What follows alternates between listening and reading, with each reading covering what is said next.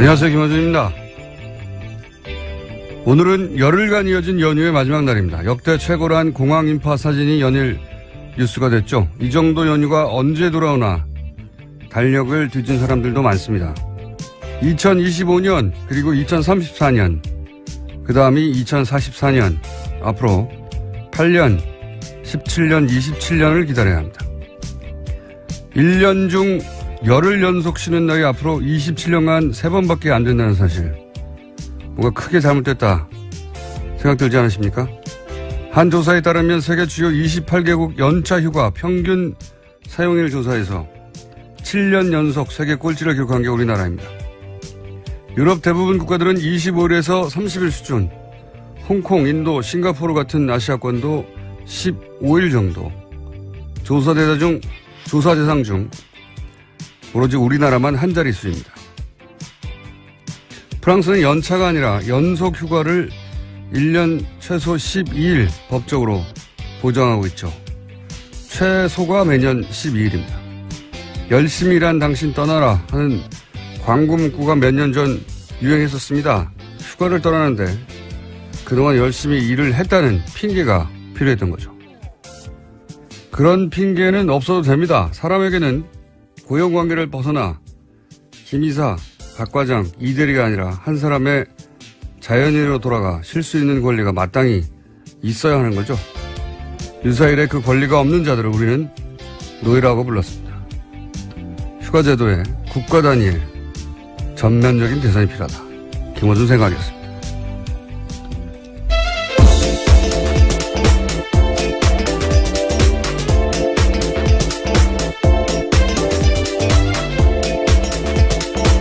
시사인의 김은지입니다.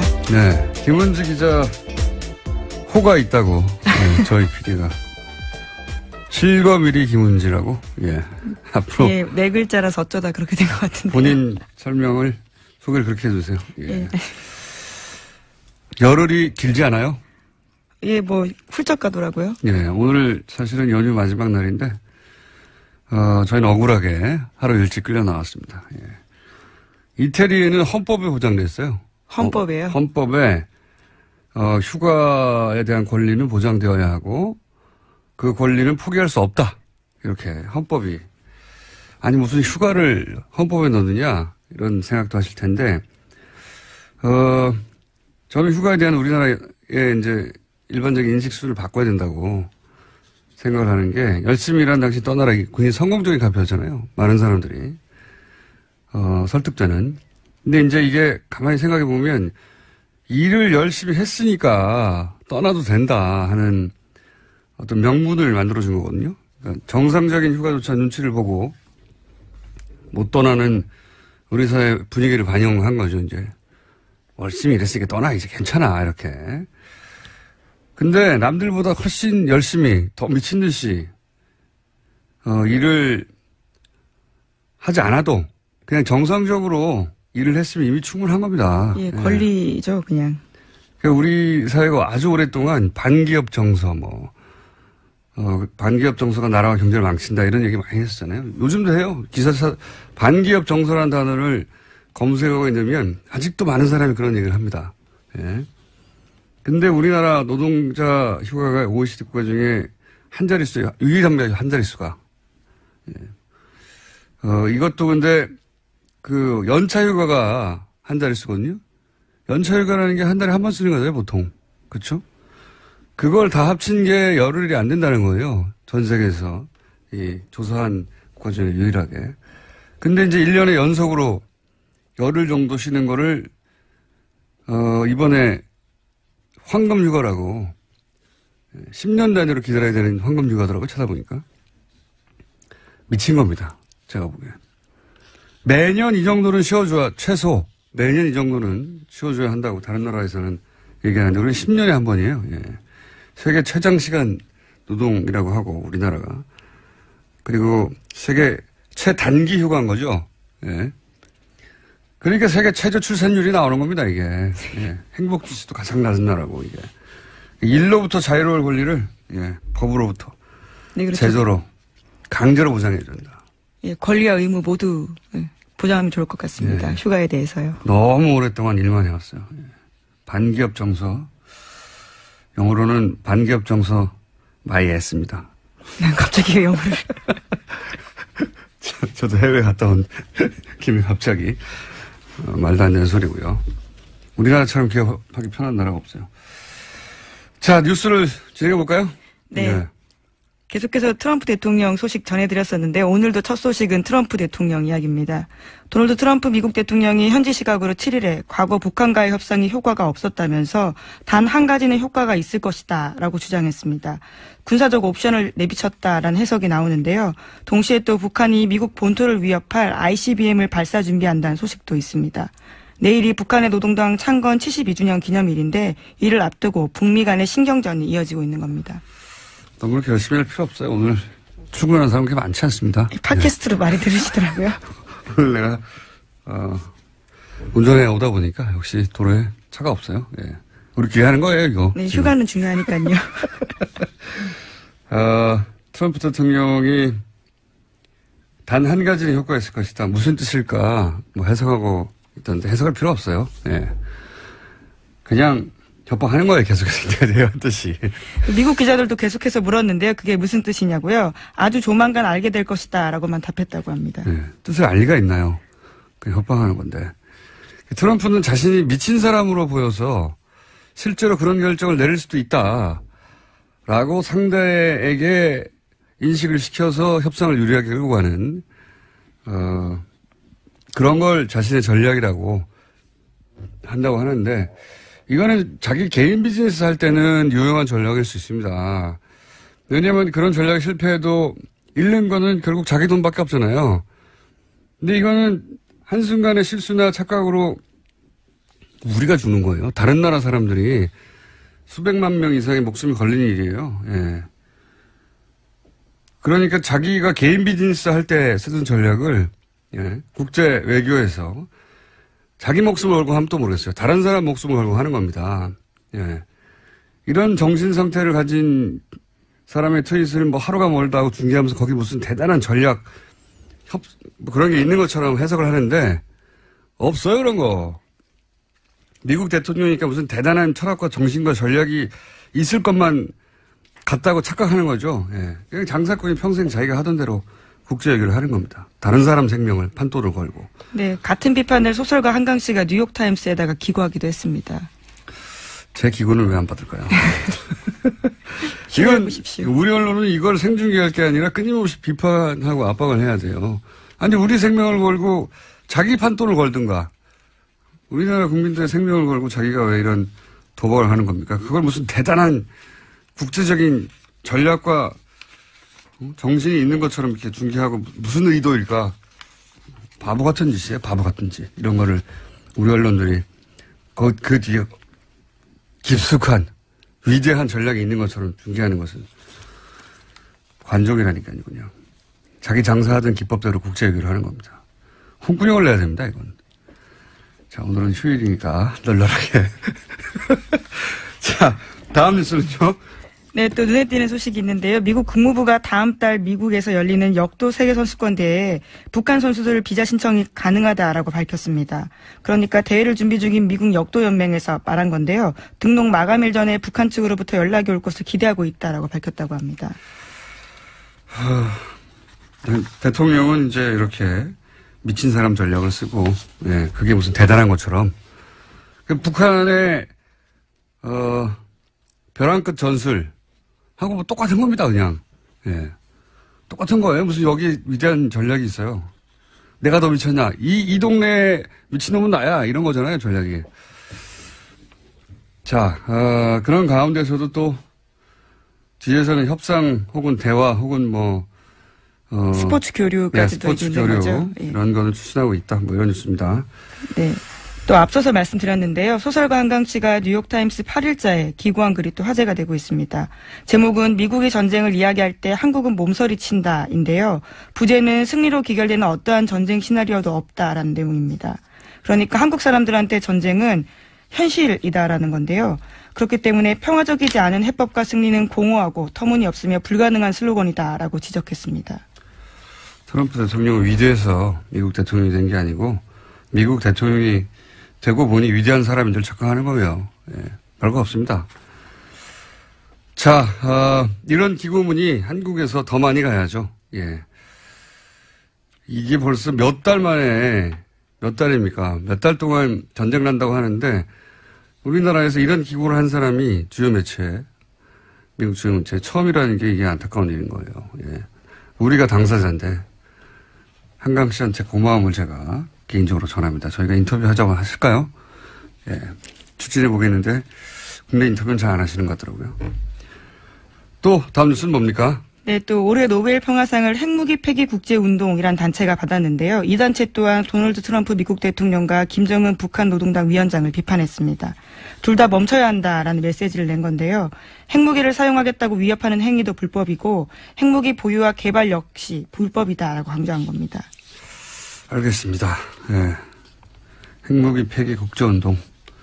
트럼프와 김정은 모두 비판을 했다. 정상이죠. 둘 다 비판을 해야 되는 거죠.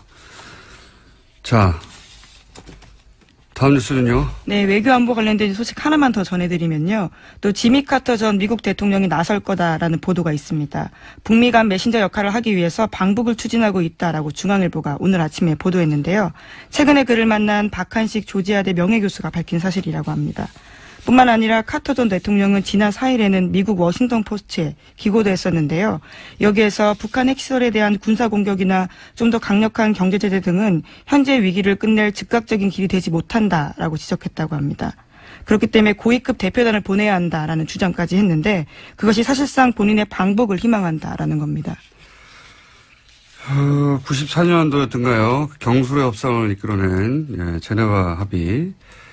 에서 큰 역할을 했죠. 예. 근데, 카터 대통령은 너무 많고요, 나이가 이제. 94세예요. 네, 90대입니다. 94세. 예. 그리고 트럼프 현 대통령이 이 공을 자기가 가져가고 싶지, 예. 다른 사람이 돌파구를 만들어냈다. 이런 그림을 원하지 않을 거라고 봐요. 예. 자기가 다 영광을 먹고 싶은 사람이지. 그래서 저는 94년과 같은 역할을 못할 것이다. 개인적으로 전망하는 바입니다. 여하간 그런 움직임이 있다. 자, 다음 순요. 네, 최근 미국 여론조사에서 트럼프 대통령의 지지율이 역대 최저를 기록했다고 합니다. 32%인데요. AP통신의 분석에 따르면 트럼프 대통령은 연일 북한과 말폭탄을 교환하고 백인 우월주의자들의 공감하는 모습을 보이면서 지지율이 급락하고 있다라는 겁니다. 32%도 많네요. 예. 네, 국정이 올바른 방향으로 나아가고 있다고 답한 사람은 24%였다고 합니다. 그러니까 지지를 하지만 지금은 잘못 가고 있다라고 생각하는 사람은 더 많다는 얘기네요. 예. 32%. 미국 대통령이 30%로 떨어지는 건 굉장히 드문 일이거든요. 네. 자, 지지율은 계속 떨어지고 있다. 다음 뉴스는요? 네, 국정원 소식도 전해드리겠습니다. 이명박 정부 시절 국가정보원이 이번에는 김대중 전 대통령의 노벨 평화상 수상을 취소해달라는 청원 계획을 세웠다라는 겁니다. 현재 이와 관련해서 검찰이 수사에 나섰습니다. 이건 진짜 이명박 정부 시절에 이 전 대통령이 노벨 평화상을 받았는데 이걸 취소해달라고 하는 국제사회에 청원. 이야기하겠다라는 거죠. 혹은 뭐 노벨 평화상 위원회가 있겠죠. 거기다가 취소해달라고 하는 운동을 하는 보수단체. 예, 관변단체와 모의를 했다라는 겁니다. 예, 모의를 했다는 거죠. 이게 실행이 됐을 수도 있죠. 됐을 수도 있고 당시 이와 관련한 합성 사진도 돌았었는데 그것도 역시 국정원의 작품이 아닌가 이런 의혹이 있다. 네, 노벨 평화상이 아니라 물리학상 받았어야 했다 이런 식의 합성 사진이 있었다고 합니다. 당시에. 이 사안은 저희가 3부에서 김홍걸 위원장 연결해서 이야기 나눠보겠는데 이게 진짜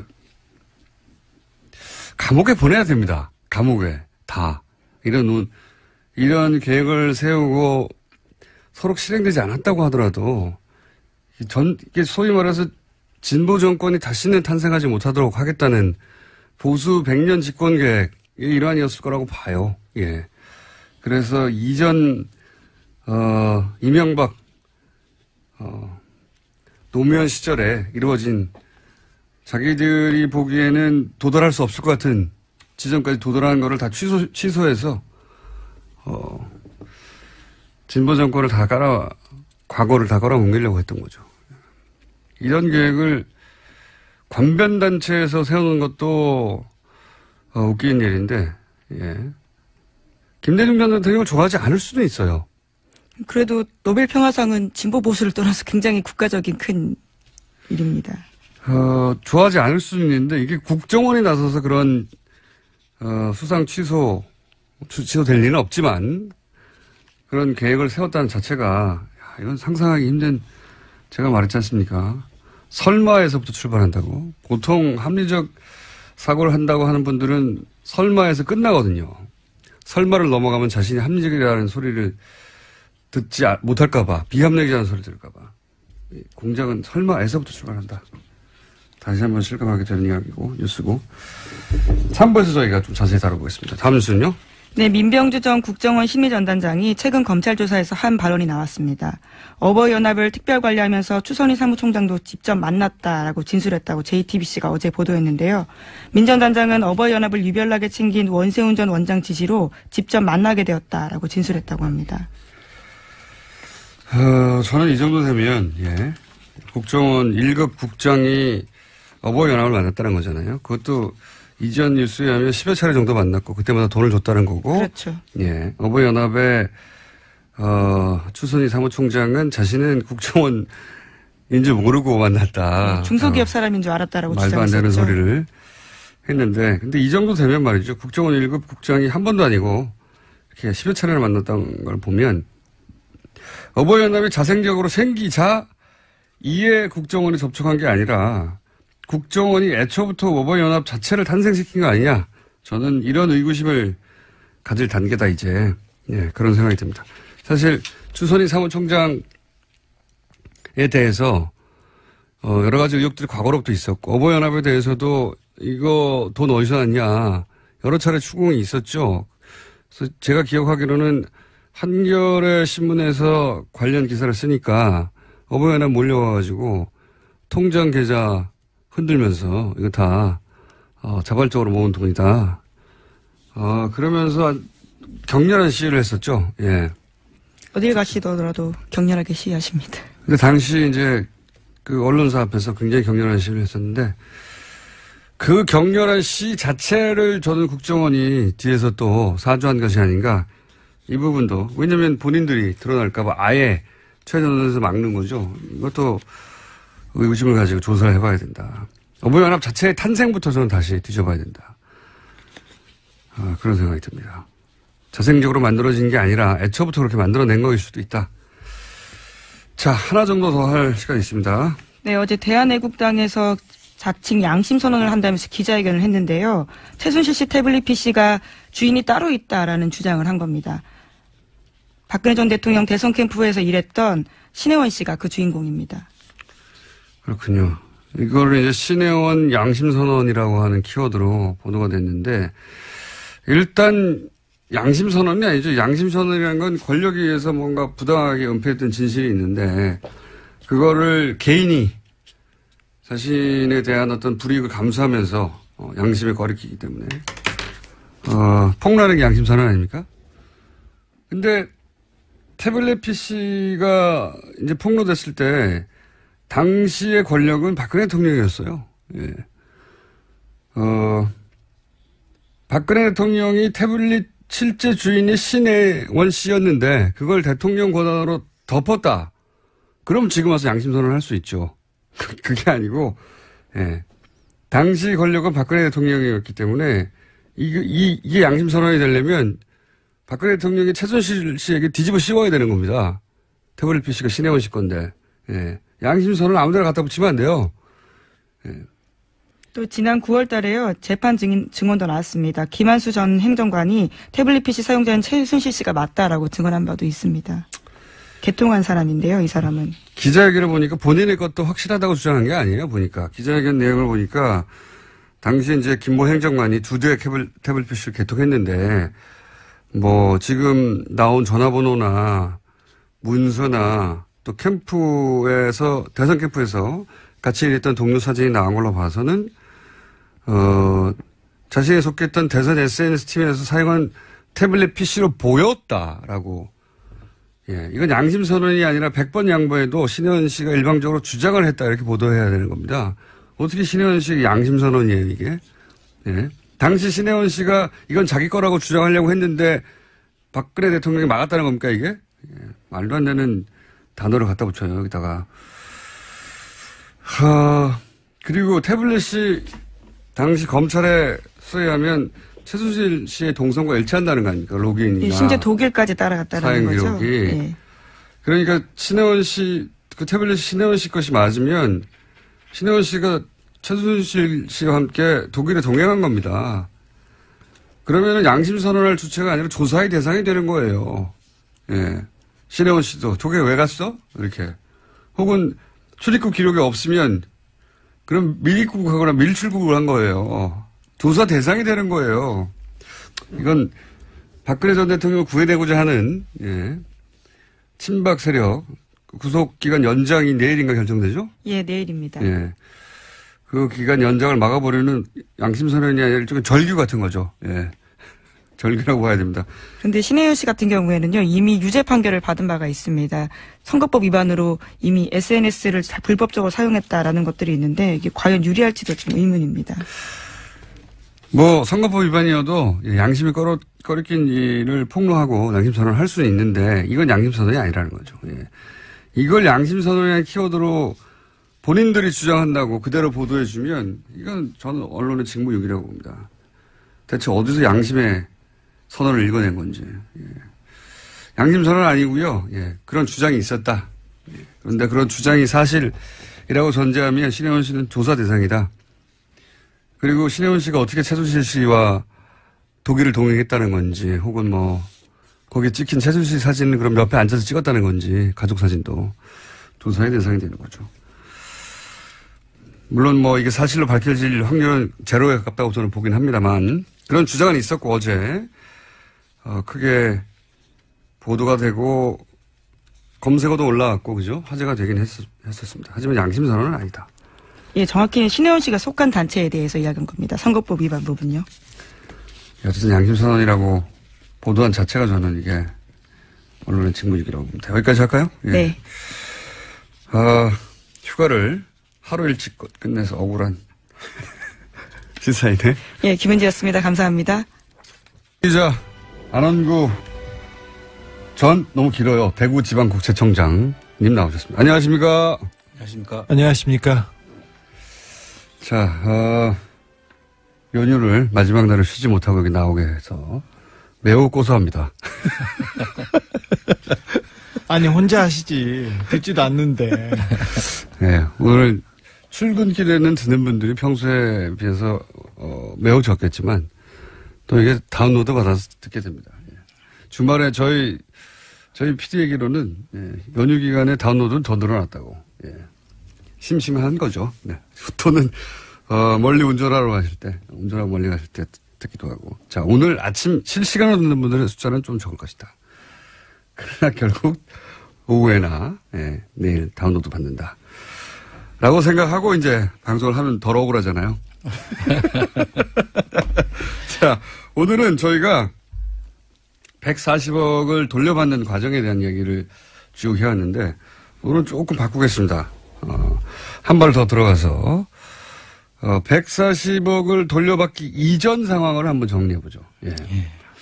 다스에서 140억을 돌려받았다. 이 얘기는 이제 충분히 저희가 했고 그러면 이 이전 상황 어쩌다가 이 140억을 돌려받는 상황까지 오게 됐느냐. 이게 바로 이제 BBK 사건이거든요. BBK 사건인데 이게 워낙 회사 이름이 많이 등장하고 외워지지도 않아요. 잘 회사 이름이 의미가 잘 없어가지고 그리고 거래도 대단히 복잡합니다. 내부 거래가. 그래서 뭐가 어떻게 됐는지 이해하기 당시도 어려웠고 지금은 시간이 지나서 더 어렵죠. 예. 그럼에도 불구하고 이제는 이걸 다시 한번 기억에서 소환할 때가 왔어요. 예. 그래야지 전체 그림을 이해할 수 있으니까. 자, 그러면 제가 이제 기본 정리를 할 테니까 중간에 청장님과 조 기자가 끼어들어서 사건과 관련한 내용들을 좀 더 명확하게 해 주십시오. 우선 김경준 씨와 이명박 당신은 씨라고 해야 되겠네요. 예, 그때는 공직자가 아니었기 때문에 BBK라는 투자 자문회사를 설립합니다. 99년의 일입니다. 그리고 김경준 씨를 이명박 씨가 어떻게 알았는가에 대해서는 이야기가 많죠. 네. 둘이 주장이 서로 다르죠. 네. 누나가 소개를 해줬다라는 설도 있고 누나는 상관이 없다라는 설도 있습니다. 예. 하지만 이명박 씨하고 에리카 김 씨는 그 당시에는 굉장히 특별한 관계였습니다. 그러니까 그때 당시 알고 있었다는 이야기는 분명한데 그래서 소개를 해줬는지 아닌지는 중요한 포인트는 아닌데. 네, 김경주 씨는 극구 부인하고 있습니다. 네. 보통 중요한 사안은 아니지만 이제 화제가 됐었습니다. 예전에. 자, 이 정도 언급하고 넘어가고요. 설립하는데 그래서 당시 대표이사가 김경준 씨가 되고 예. 이 종잣돈이라기는 굉장히 큽니다. 190억. 190억은 다스에서 나오는데 이 다스는 이제 여러 차례 언급했지만 이명박 전 대통령 차명 의혹이 있는 회사입니다. 그러니까 돈은 다스에서 나오고 대표는 김경준 씨가 돼서 투자 자문회사를 설립을 합니다. 처음에 설립은 김경준 씨가 했어요. 그런데 투자 회사를 만드는데 설립 자본금이 5천만 원이었어요. 맨 처음에는. 네, 근데 그러면 설립 회사, 투자 회사의 요건이 안 됩니다. 그렇죠. 그러니까 회사도 아니었는데 거기에 다스에 190억 그리고 이명박 대통령들 지인들 회사에서 돈을 가져와서 600억에서 800억까지 투자를 받습니다.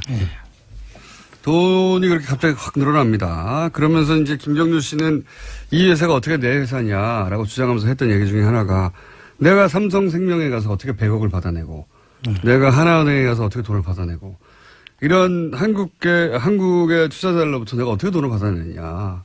이 정도 액수로 움직일 나는 이제 한국말도 잘 못하고 한국에 온 지 얼마 되지도 않았는데 그런 큰 돈을 어떻게 투자를 받는단 말이냐. 다 이명박 전 대통령과 가까운 분들한테서 투자를 받은 거다. 이렇게 주장을 했죠. 예. 실제로 다스에서 190억이 들어올 때 김경준 씨는 35살이었고요. 예. 그 35살 된 사람이 처음 보는 사람 그 다스에 가가지고 190억을 받아옵니다. 다스에 처음 만나서 받았다고 하죠. 네, 다스에 방문했을 때 다스의 회장이 이상은 씨였는데 이상은 씨는 만나지도 않았고요. 다스에 돈을 투자했는지도 모르고 있었어요. 근데 그 당시 사장은 김성우 씨였는데 김성우 씨한테 지금 김성우 씨 옆에 있던 사람한테 지금 문자를 받고 있습니다. 근데 아주 젊고 멋쟁이 청년이 하나 와서 젊은 청년이다. 그냥 젊은 청년이고 옷맵시도 좋고 그냥 좋은 이미지의 청년이 와서 한 5분 정도 김성우를 만나고 그냥 갔다. 네. 그리고 190억 투자했다는 겁니다. 이게 말이 됩니까? 190억이 아니고 19억도 아니고 1,900만 원도 그렇게 투자를 안 합니다. 모르는 사람인데요. 네, 당시 다스의 장부상 190억을 움직일 만한 여유가 없었어요. 이익도 훨씬 작았는데 사실 그런데 다스에는 돈이 많았대요. 그 당시에는. 그런데 장부나 그 명목상으로는 그 190억을 투자할 여력이 전혀 없는 회사예요. 여력이 전혀 없었고요. 그 돈이 이제 263억 그 도곡동 땅 판 돈에서 나온 거죠. 나온 것으로 지금 보고 있습니다. 그래서 도곡동 땅이 연결되어 있다고 계속 하는 그렇습니다. 거고. 그래서 도곡동 땅 주인이 다스 주인이고 다스 주인이 BBK 주인이다라고 이제 계속 이야기가 돌고 있는 거죠. 예, 10몇 년째 돌고 있는 거고요. 자, 그렇게 해서 190억이 들어가면서 당시 인터뷰 이제 회사 꼴에 맞춰 만들었는데 당시 인터뷰를 보면 언론 인터뷰를 보면 선거법 위반으로 당시 이명박 씨가 피선거권이 박탈이 됐었어요. 예, 박탈이 돼 98년도 일이죠. 그런데 정치 활동 재개를 준비하면서 본인은 이제 토목건설 분야에 이름을 날렸었는데 그때가 생각해 보시면 98년, 99년이 인터넷 시대가 막 열리는 시점입니다. 그리고 IMF였습니다. 네, IMF였고. 그래서 첨단 분야에서 사업 성공을 해낸 경력이 필요했다. 이렇게들 얘기를 하고 있고요. 그러면서 당시 잘 나가던 금융인이었던 김경준 씨와 함께 이런 투자자문 회사인 BBK를 설립했는데 BBK 회사 자체가 목적이 아니었고 만들려고 했던 거는 인터넷 기반의 종합 금융회사. 예, 이런 걸 만들려고 했던 거예요. 그래서 BBK는 투자 자문이고, 그리고, 증권회사, EBK, 인터넷 증권회사 EBK를 또 하나 만들고 그 두 가지 회사를 지주회사인 LKE. 예, 이름이 이제 복잡하기 시작합니다. 네. 기억하실 필요는 없어요. 그냥 BBK 하나만 기억하시면 되는데 그런데 이제 회사의 꼴은 그렇게 증권회사, 지주회사, 투자회사 그리고 인터넷 은행을 만들고 싶어 했지만 인터넷 은행은 당시 법상 안 됐기 때문에 설립이 안 됐죠. 예, 네 가지 은행까지 이런 종합금융회사를 만들려고 했었습니다. 이 과정에서 이제 소위 이명박 전 대통령과 가까운 투자자들이 참여를 하게 되죠. 예. 예. 하나은행, 삼성생명 또 어디가 있습니까, 그거에? 심택이라는 회사가 또 있죠. 그리고 그 종교단체, 기독교단체도 투자를 했죠. 그렇죠. 예.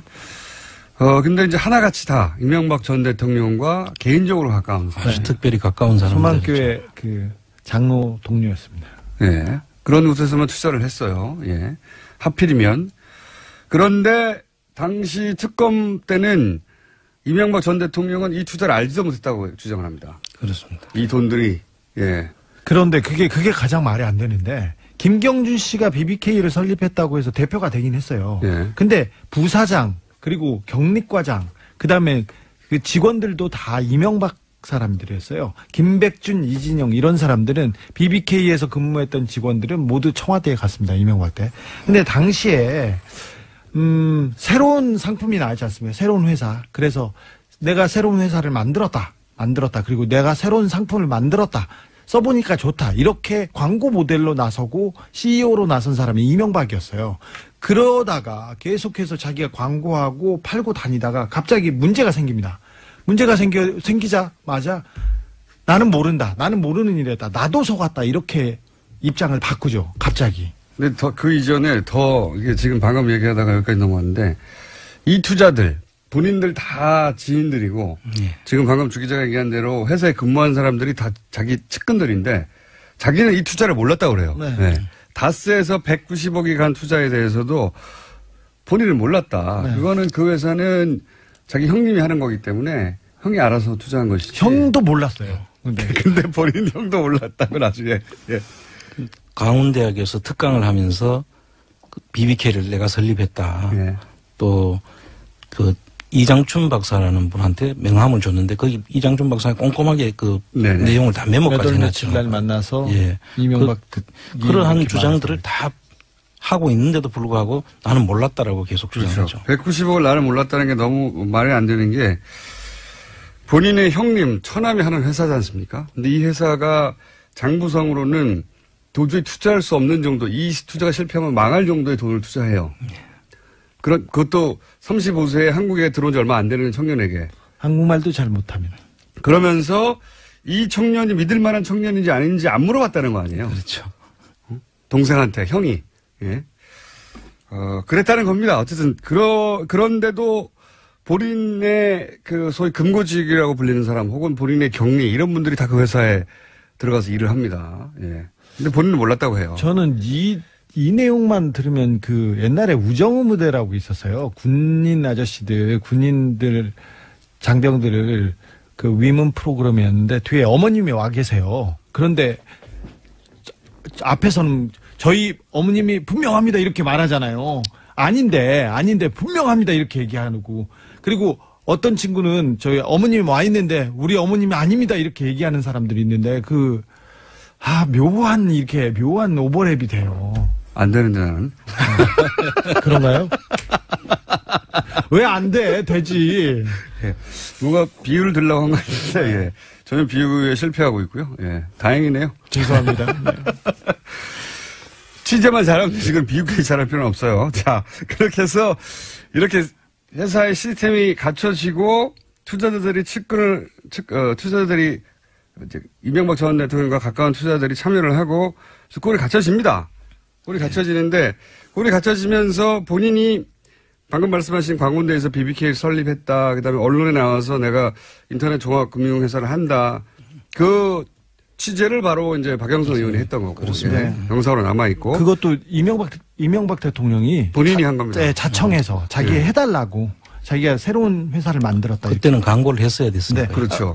네. 지금 잠깐 문제 하나 읽어도 됩니까? 네. 아까 LK이뱅크를 만들었다고 얘기했지 않습니까? 근데 LK는 L은 이명박이고 K는 김경준입니다. 그래서 LK이뱅크인데 BBK는 어떤 약자인지는 몰랐지 않습니까? 이건 그 BBK 그 다스의 내부에 있는 분한테 문자 온 건데 BBK 뜻이 아예 이명박의 박과 B와 김백준의 B, 그다음에 김경준의 K가 해서 BBK랍니다. 박백김. 아하. 취재 하나 했죠? 예. 새로 밝혀진 내용이에요. 이거는 김경준 씨도 어쩌면 몰랐을 수도 있어요. BBK라고 처음부터 정해서 알려주면 그런 줄 알지. 여하간 김백준의 B였다? 네. 아하. 처음 나온 내용입니다. 중요하진 않는데 이제 17년 지나고 나서 처음 알게 된 내용이고요.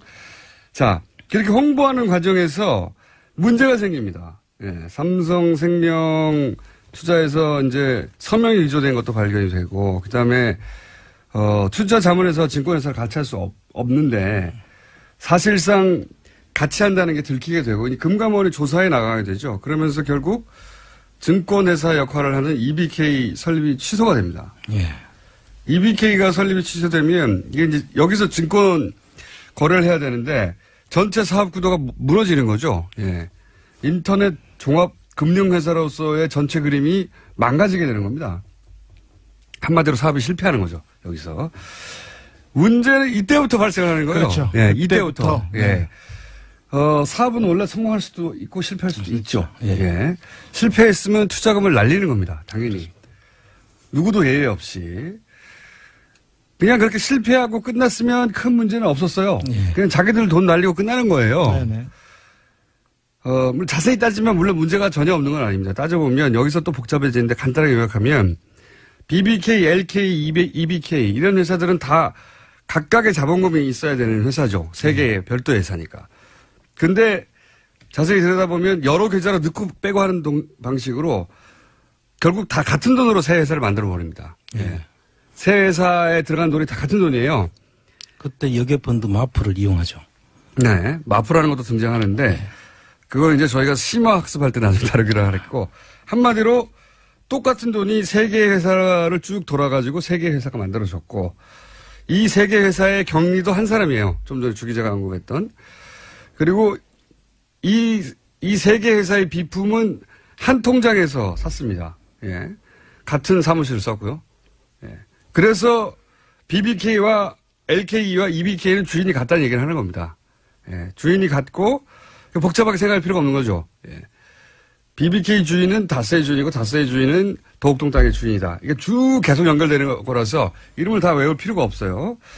자, 여하간 사업이 실패하고 투자금을 날리면서 쫑 났으면 아무 문제가 없는데, 예? 문제가 없는데 그냥 뭐 한 회사, 세 개 회사를 한 자본금으로 했네, 뭐 이 정도. 우리는 알 필요도 없는 금융당국이 이제 수사를 할 내용 정도가 불과했는데, 이 투자금을 날리고 끝났어야 할 사업인데, 이 투자금을 다 회수하겠다는 생각을 하는 겁니다. 아깝잖아요. 여기서부터 진짜 범죄가 시작됩니다. 이 투자금을 날렸어야 되는데, 이걸 회수해야 되겠다는 생각을 이 BBK 사업을 한 사람들은 하기 시작하는 겁니다. 방법이 뭐냐? 옵셔널 벤처스가 여기서 등장을 해요. 네. 옵셔널 벤처스는 뭐 대단한 게 있는 것 같지만 그냥 광은창투라고 하는 투자사였어요. 거의 상장 폐지되기 직전에 있는 껍데기만 사서 광주은행이 소유하고 있던 계열사였죠. 예. 그래서 광은창투라고 이제 불리던 예. 것입니다. 이 광은창투를 삽니다. 거의 상장 폐지되기 직전이었는데 그걸 그리고 나서 이름을 옵셔널 벤처스라고 바꿔요. 그렇게 바꾸고 나서 이 회사에 외국인들이 투자를 갑자기 하기 시작한다. 예. 이런 정보를 막 흘리기 시작하죠. 주가 조작의 시작입니다. 주가 조작. 그러면서 주가 조작을 하려면 누군가 주식을 사야 되지 않습니까? 그렇습니다. 외국인 이름으로 매입을 막 하기 시작해야 되는데 그 가짜 외국인을 만들어내서 주가 조작을 주도한 곳이 바로 BBK를 통해서였던 겁니다. 여기서 이해가시는지 모르겠는데. 그러니까 더 어려워졌어. 그러니까 그래. 간단하게 말해서 BBK가 옵셔널 벤처스의 주가를 조작한 거예요. 보다 정확하게 말하면 BBK의 주인이 옵셔널 벤처스의 투자자들을 속인 사건인 거죠. 그렇습니다. BBK는 설립 취소가 확정된 상태였어요. 그러니까 망하기 직전에 하루 앞이죠. 망하기 직전에 이제 돈을 빼돌리려고 주가 조작에 나선 거죠. 자, BBK는 이제 취소되고 망하고 투자금을 날리고 끝났어야 되는 건데 네. 이 투자금을 회수할 방법을 어떻게 생각해내냐면 옵셔널 벤처스라고 하는 회사를 자기들이 사요. 게다가 자기들이 산 다음에 이 BBK라는 회사를 통해서 이 옵셔널 벤처스의 주가를 조작하는 겁니다. 그렇죠. 투자금을 잃었습니다. 그런데 이걸 보충하려고 주가 조작 횡령을 하겠다고 아예 마음을 먹고 처음부터 마음을 먹고 나섰습니다. 이 옵셔널 벤처스가 주식이 막 올라가니까 그리고 외국인들이 투자한다고 하니까 인기가 좋아지니까 물론 다 가짜 외국인이에요. 다 자기들인데 사람들이 막 소위 이제 개인 투자자들 몰려들었을 거 아닙니까? 그래서 돈이 막 들어와요. 이게 이제 이렇게 해서 1,000억대의 피해가 발생했다는 거고 5천여 명 이상의 소액 투자자들이 여기에 속아서 넘어갔다는 거죠. 그러면서 돈이 막 들어올 거 아닙니까? 그러니까 소위 말해서 정상적이라면 유상증자 대금, 옵셔널 벤처스의 자본금이 될 돈이 들어온 거죠. 네. 이 자본금을 먹고 튄 겁니다. 네. 들고.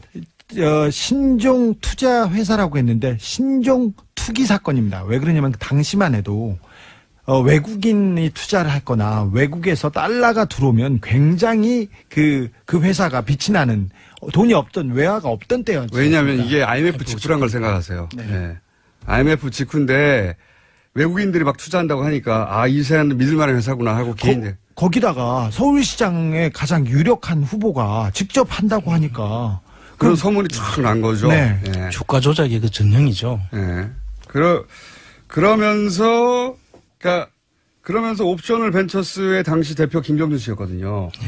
김경준 씨가 회사에 들어온 자본금이 들어왔을까, 돈이 막 들어왔을까요, 자본금. 이걸 들고 튄 거예요. 예. 이걸 들고 튀는데 여기서 또 하나의 골 때리는 사정은 들고 튀기 전에 BBK 투자자들한테 돈을 돌려줍니다. 옵셔널 벤처스의 자본금이 들어왔는데 이걸 획경을 해가지고 BBK 투자자들한테 돌려주는 거예요. 기억하시죠? 그 BBK 투자자들은 모두 이명박 대통령의 절친들이거나 관련된 회사였습니다. 이게 이제 전체를 좀 이해가 가실 것 같은데 좀 쉽게 설명을 해가지고 제가 쉽게 설명한 것 같은데. 제가 아까 복잡해졌다니까. BBK 주인이 BBK 사업에 들어갔던 투자금을 회수하려고 옵셔널 벤처스라는 회사를 통해서 주가 조작을 했다. 이런 겁니다. 네. 그리고 나서 그 주가 조작을 한 돈을 가지고 이명박 전 대통령 투자자들한테는 돌려주고 그리고 이명박 전 대통령의 친인척이 한다고 알려져 있는 다스에는 190억 중에 50억만 돌려준 거예요. 희한하게. 여기만. 네. 그때 140억을 안 돌려준 겁니다. 네. 여기에 대해서 말들이 많아요. 나중에 다 잠잠해지면 돌려받으려고 했다. 아니다. 이명박 전 대통령이 김경준 씨에게 당했다. 공모했다. 얘기가 서로 달라요. 다르긴 한데 어쨌든 이때 140억이 네. 못 돌려받은 돈 혹은 안 돌려받은 돈 혹은 나중에 돌려받으려고 했다가 사고가 난 돈 이 돈을 돌려받으려고 하다가 이 사단이 지금 140억 사단이 난 거예요. 당시까지만 해도 그러니까 190억 중에 50억만 돌려줄 때까지만 해도 김경준과 이명박의 사이가 나쁘지 않았어요. 그렇죠. 김경준 씨는 이 주가 조작 사건으로 검찰의 조사를 받았어요. 근데 나중에 위조 요건으로 도망갔죠. 미국으로 도망갔는데 그 검찰 수사를 받을 때도 이명박 씨한테 계속 물어봤고 조언을 받았습니다. 근데 주준희 기자 안원구청장이었습니다. 다음 주에 이어가겠습니다. 아니 시간이 다 됐어.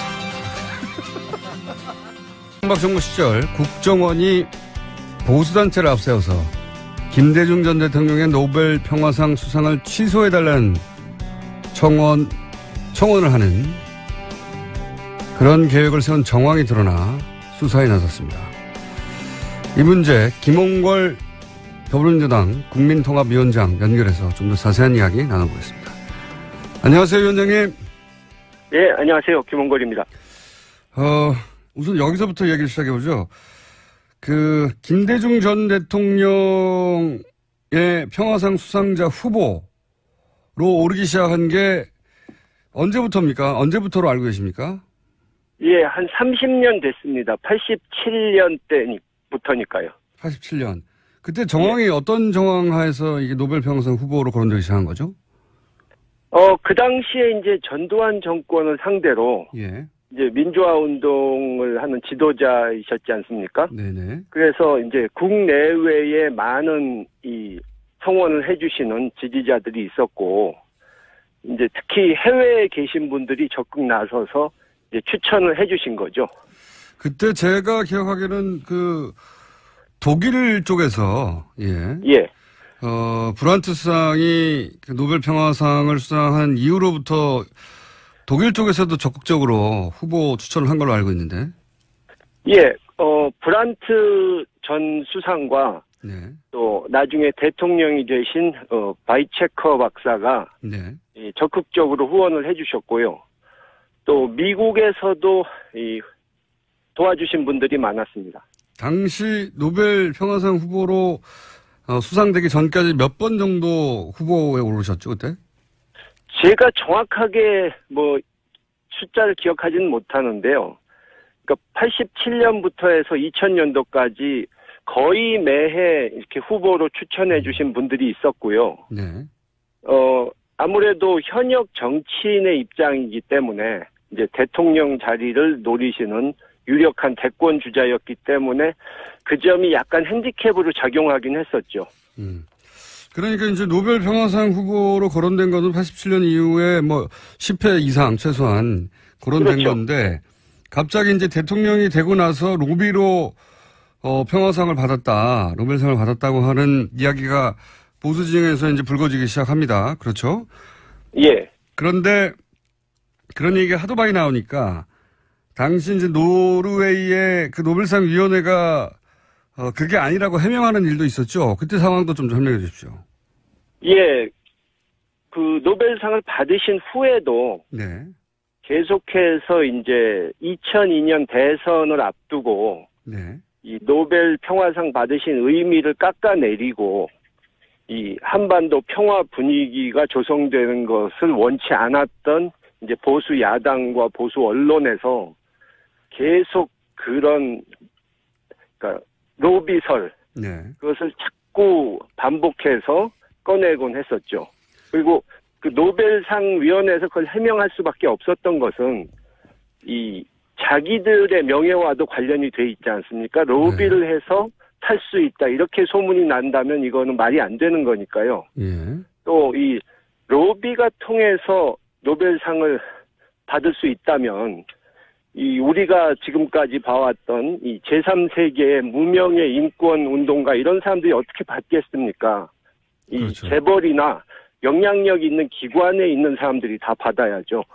실제로 그 2000년도에 노벨 연구소 연구실장인 그 올라브 욜스타트 연구실장이 이 로비설에 대한 질문을 받았어요. 하도 그런 얘기가 많이 나오니까. 거기에 대해서 답을 연구실장이 한 적이 있습니다. 혹시 그 답변도 기억하고 계십니까? 그 노벨 평화상 위원회에서 네. 사실 그런 특히 한국 언론에 예. 그런 질문을 하도 많이 받고 여러 차례 답변을 해서 일일이 어느 말을 누가 했는지 다 기억은 제가 못하지만 그러니까 워낙 한국 언론에 시달려가지고 네. 계속해서 이분들이 로비설은 말이 되지 않는다. 예. 오히려 주지 말라고 하는 로비는 있었다. 예, 예. 이런 얘기를 했었죠. 그리고 좀 한국 사람들에 대해서 좀 불쾌하다는 그런 의사표시도 했었죠. 이렇게 그 얘기를 한 걸로 보도됐어요. 그러니까 방금 말씀하신 대로 한국으로부터 로비가 있긴 있었는데 기이하게도 김대중 정부로부터 로비를 받은 게 아니라 정치적 반대자로부터 상을 주면 안 된다는 로비가 있었다. 그럼에도 불구하고 우리는 노벨상을 수여하기로 했다. 이렇게 답변을 했어요. 네. 혹시 아버지께서 생전에 이렇게 보수 진영에서 노벨상을 놓고 벌어지는 공격에 대해서 뭐라고 하신 적 없으십니까? 물론 평생을 쌓으신 그 민주화와 한반도 평화의 업적을 그렇게 깎아내리는 거에 대해서 기분이 나쁘셨겠지만 예. 그분은 그 자신이 자신의 삶이 결국은 국민들한테 언젠가는 역사에서 이렇게 평가를 받을 거라는 확신이 있으셨기 때문에 크게 그것을 마음 쓰지는 않으셨습니다. 살아생전 이런 공격을 지켜보셨을 텐데 거기에 대해서 가타부타 크게 말씀 안 하셨다고요? 예. 예. 물론 불쾌하시긴 하셨지만. 불쾌하긴 하셨지만. 예. 저 같으면 다 고소고발해버렸을 것 같은데. 그렇게는 안 하셨군요. 혹시 이 로빗을 구체적으로 제기했던 인물, 누가 그랬는지는 아십니까? 글쎄요, 그러니까 증거가 없으니까. 네. 확실한 근거를 두고 하는 말이 아니기 때문에 누가 자신있게 대놓고 떠들지는 못했지만, 이제, 한나라당 당시 야당인 한나라당 의원들이 이제, 그거 돈 주고 로비해서 받은 건데 이런 식으로 깎아내리는 투의 말을 가끔씩 했고요. 네. 그것을 또 이제 보수 언론에서 예. 다시 이렇게 받아쓰고 취급해주면서 예. 꽤 오랜 기간 그걸 써먹었었죠. 그렇게 이제 개별 의원들의 발언이나 혹은 보수 단체가 그런 얘기를 하거나 보수 매체가 그런 걸 보도하는 것은 저도 기억이 나는데 이게 이제 국정원이 개입됐다. 이런 건 상상 못 하셨죠? 그렇게까지 했으리라고는 생각을 못 했는데요. 제가 알아본 바로는 이것이 그 국정원 댓글 사건 수사 때 네. 이미 이런 일이 있었다는 사실이 드러났었고. 아, 그래요? 거기서 나온 얘기는 이 국정원과 협조해서 이걸 했다는 보수 단체가 네. 단순히 무슨 어버이 연합처럼 일당받고 가서 데모 조금 해주고 이런 데가 아니고 네. 상당히 이런 일의 전문성을 갖춘, 그러니까 국정원이 민간인들이긴 하지만 국정원이 가끔 이제 용역을 주는 이런 업무에 용역을 주는 그런 모임이었다고 들었습니다. 아하. 그러니까 이제 수많은 보수단체들이 있는데 그 중에서도 특히 국정원이 용역을 가끔 주는 전문성을 갖춘 예. 그런 곳에 이 업무를 하청을 주고 국정원이 말하자면. 그렇죠. 네. 예. 그랬다는 사실은 이미 2013년에 국정원 댓글 수사할 때 드러난 바가 있다고요? 예, 제가 그렇게 들었습니다. 그때 드러난 바가 있는데 그때 당시로는 이게 이제 크게 문제가 되지 않거나 그냥 덮어버렸군요. 말하자면. 그 당시에 덮어버린 것이 한두 가지가 아니지 않습니까? 하긴 그랬군요. 그때는 이제 박근혜 정부 시절이었기 때문에 이 사실을 덮어버렸다. 그랬군요. 그게 이제 그러면 이미 오래전부터 이 사실을 알고 계셨네요. 아니요, 그러니까 최근에 들었어요. 아, 최근에. 네, 저도 그걸 모르고 있다가 그런 공작까지 했으리라고는 상상을 못했었는데, 워낙 이 불법 또 비윤리적인 짓을 이명박 정권의 정보기관이 많이 했기 때문에 별로 놀랍지는 않습니다. 혹시 아버지 서거와 관련해서는 만약에 살아생전에도 이미 노벨상 취소 이런 용역을 전문단체에게 줄 정도면 서거 당시에도 여러 가지 방해나 이런 게 있었을 것 같은데 그런 일은 없었습니까? 그 당시에 이제 일반 국민들은 어느 정도 그래도 국장도 치를 수 있게 해주고 네. 이명박 정권에서 어느 정도 대우를 해준 것으로 생각하시는데 예. 이제 실제는 그때가 잘 기억하시겠지만 노무현 대통령께서 돌아가신 지 3개월 후에 저희 아버지께서 돌아가시지 않았습니까? 네네. 근데 이제 이 이명박 정권의 입장에서 보기에는 노 대통령 서거 때는 자기들이 대비가 안 된 상태에서 이렇게 갑자기 큰일을 당해가지고 네. 이 추모 열기가 막 고조되는 것을 막지 못한 그런 점이 있었기 때문에 저희 때는 상당히 그것을 사전에 막아보려는 시도가 있었죠. 구체적으로 어떤 시도들이 있었습니까?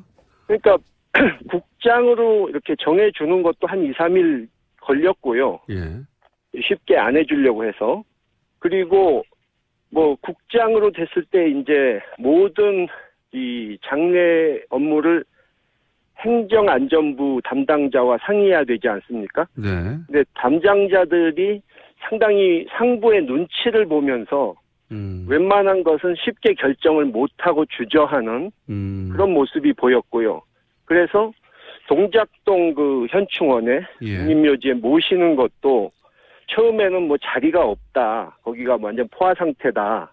해서 안 된다고 처음에는 이렇게 난색을 표명했었고. 아, 현충원에 모시지 못하겠었어요, 처음에는? 예.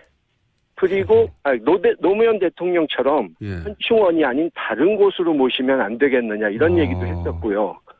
또 그 장례도 사실 워낙 조문객들이 많이 오셨기 때문에 이제 7일장으로 하려고 했었는데 그것을 정부 요청으로 하루 줄여서 6일장으로 보통 3, 5, 7 이렇게 하지 짝수로는 하지 않지 않습니까? 근데 7일장을 하려던 것을 6일장으로 끝냈고 제가 들은 바로는 그 방송에 이런 추모 특집이라든가 이런 것이 나오는 거에 대해서 내용과 분량도 좀 조정하도록 이런 압력이 약간 있었다고 들었습니다.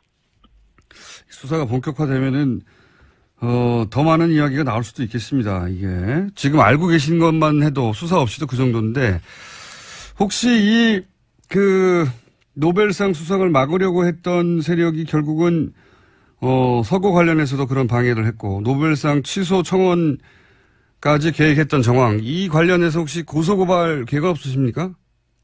글쎄요, 뭐 지금 일단은 지금 좀 전에 말씀드린 대로 이명박 정권에서 저지른 불법적이고 비윤리적인 행위가 워낙 많기 때문에 지금 이것은 빙산의 일각일 뿐이고 또 아직 진상이 다 밝혀지지 않은 상태라 더 철저한 수사가 이루어져서 좀 확실한 진상이 밝혀지는 것을 보면서 결정해야 되지 않을까 싶습니다.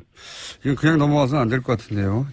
자, 오늘은 여기까지 듣고요. 수사가 좀 더 진행이 되겠죠. 진행이 되면 새로운 사실이 나오면 저희가 연결해서 또 한번 이 이야기 나눠볼까 합니다. 오늘 말씀 여기까지 듣겠습니다. 감사합니다. 예, 감사합니다. 아르헨티나에 우리나라 국유지가 있다고 하네요. 그런데 이 국유지가 박근혜 정부 시절에 잘못된 조치로 이 땅을 잃게 될 위기에 처했다고 하는데 어떤 내용인지 국회 외통위 더불어민주당 간사 김경혁 의원 전화 연결해서 이야기 자세히 들어보겠습니다. 안녕하세요, 의원님. 안녕하세요, 김경협입니다. 이 아르헨티나에 우리나라 국유지가 있다는 사실은 처음 알았는데 연휴 기간에 기사가 됐었습니다. 애초에 이 땅을 언제 어떻게 우리 국유지가 된 겁니까? 굉장히 오래됐어요. 1978년도 박정희 대통령 시절인데요. 진짜 오래됐네요. 이 땅의 넓이는 여의도의 79배. 그러니까 서울시 면적이 한 3분의 1 정도 되는 땅인데요. 아르헨티나 내륙 한가운데 이 땅을 구입해 놨던 거죠. 당시에는 210만 달러를 투입을 했는데 국민 세금이었고요. 아마 목적은 인구도 분산시키고 식량 자원을 확보하기 위해서 농업 이민을 추진할 계획이었던 것으로 보입니다. 그렇군요. 남미 지역에 사실 일본인들은 많이 이민을 갔었는데 그걸 보고 이런 계획을 세운 것 같기도 하고요. 그렇죠. 그런데 그렇게 농업 이민 계획을 추진하기 위해서 땅을 샀는데 이게 왜 방치됐습니까? 그 위치가 남미 대륙의 한복판이에요. 부에노스 아이레스에서 약 1,000km 정도가 떨어져 있는데요. 환경이 매우 열악합니다. 낮 최고 기온이 50도까지 올라가고 또 토양에 소금기가 많아가지고 실질적으로 농사가 불가능한 땅입니다. 그러니까 이런 데다가 농업 이민을 추진하는 것 자체가 대단히 좀 부적절했고요. 실질적으로 현지 조사나 이런 것들을 제대로 하지 않은 상태에서 그냥 구입을 했던 거죠. 그래 놓고 이제 그 이후에 계속 매년 관리비만 계속 지출되고 있던 상황이었습니다. 그렇군요. 땅의 크기가 얼마나 된다고요? 서울시 면적의 3분의 1. 그러니까 이게 여의도 땅의 79배입니다. 아, 그러니까 이게 단순한 계획이 아니고 당시만 하더라도 굉장히 큰 계획이었군요. 그 정도 큰 땅을 샀으면은. 보니까 2만 헥타르 정도가 넘었네요. 보니까. 서울시의 3분의 1 정도면 야 대단한 땅을 샀는데 근데 이제 그런 땅을 사면서 사전 조사가 잘못되고 해서 활용도가 낮은 땅을 샀다. 그래서 활용 방법을 못 찾고 있었다. 예. 그러다가 우리 정부가 이 땅에 대해서 관심을 다시 가지게 된 시점이 있습니까? 이제 그 노무현 대통령 때 노무현 대통령이 아르헨티나를 순방을 하게 됐어요. 예. 그래가지고 이제 이 농장이 방치돼 있는 것을 보고 이것을 좀 활용 방안을 마련을 하라라고 이제 노무현 대통령께서 지시를 했고, 그 당시에 이제 외교부가 이게 외교부 산하에 이제 코이카가 이걸 관리하고 있었는데요. 예. 이거를 이제 코이카가 독자적으로 개발하기가 어려웠기 때문에 네. 이걸 농림부로 소유권을 이전을 해가지고 농림부에서 농어촌공사에서 이것을 개발하기로 결정을 해놨습니다. 예. 거기까지 진행이 됐으면 이제 아무래도 외교부는 외교를 하는 곳이니까요. 결국 그 땅을 뭐 식량자원 확보를 위해 쓰든 어쨌든 토지를 개발하고 혹은 뭐 농업에 이용하려면 농림부가 이관 받는 게 맞는 것 같은데.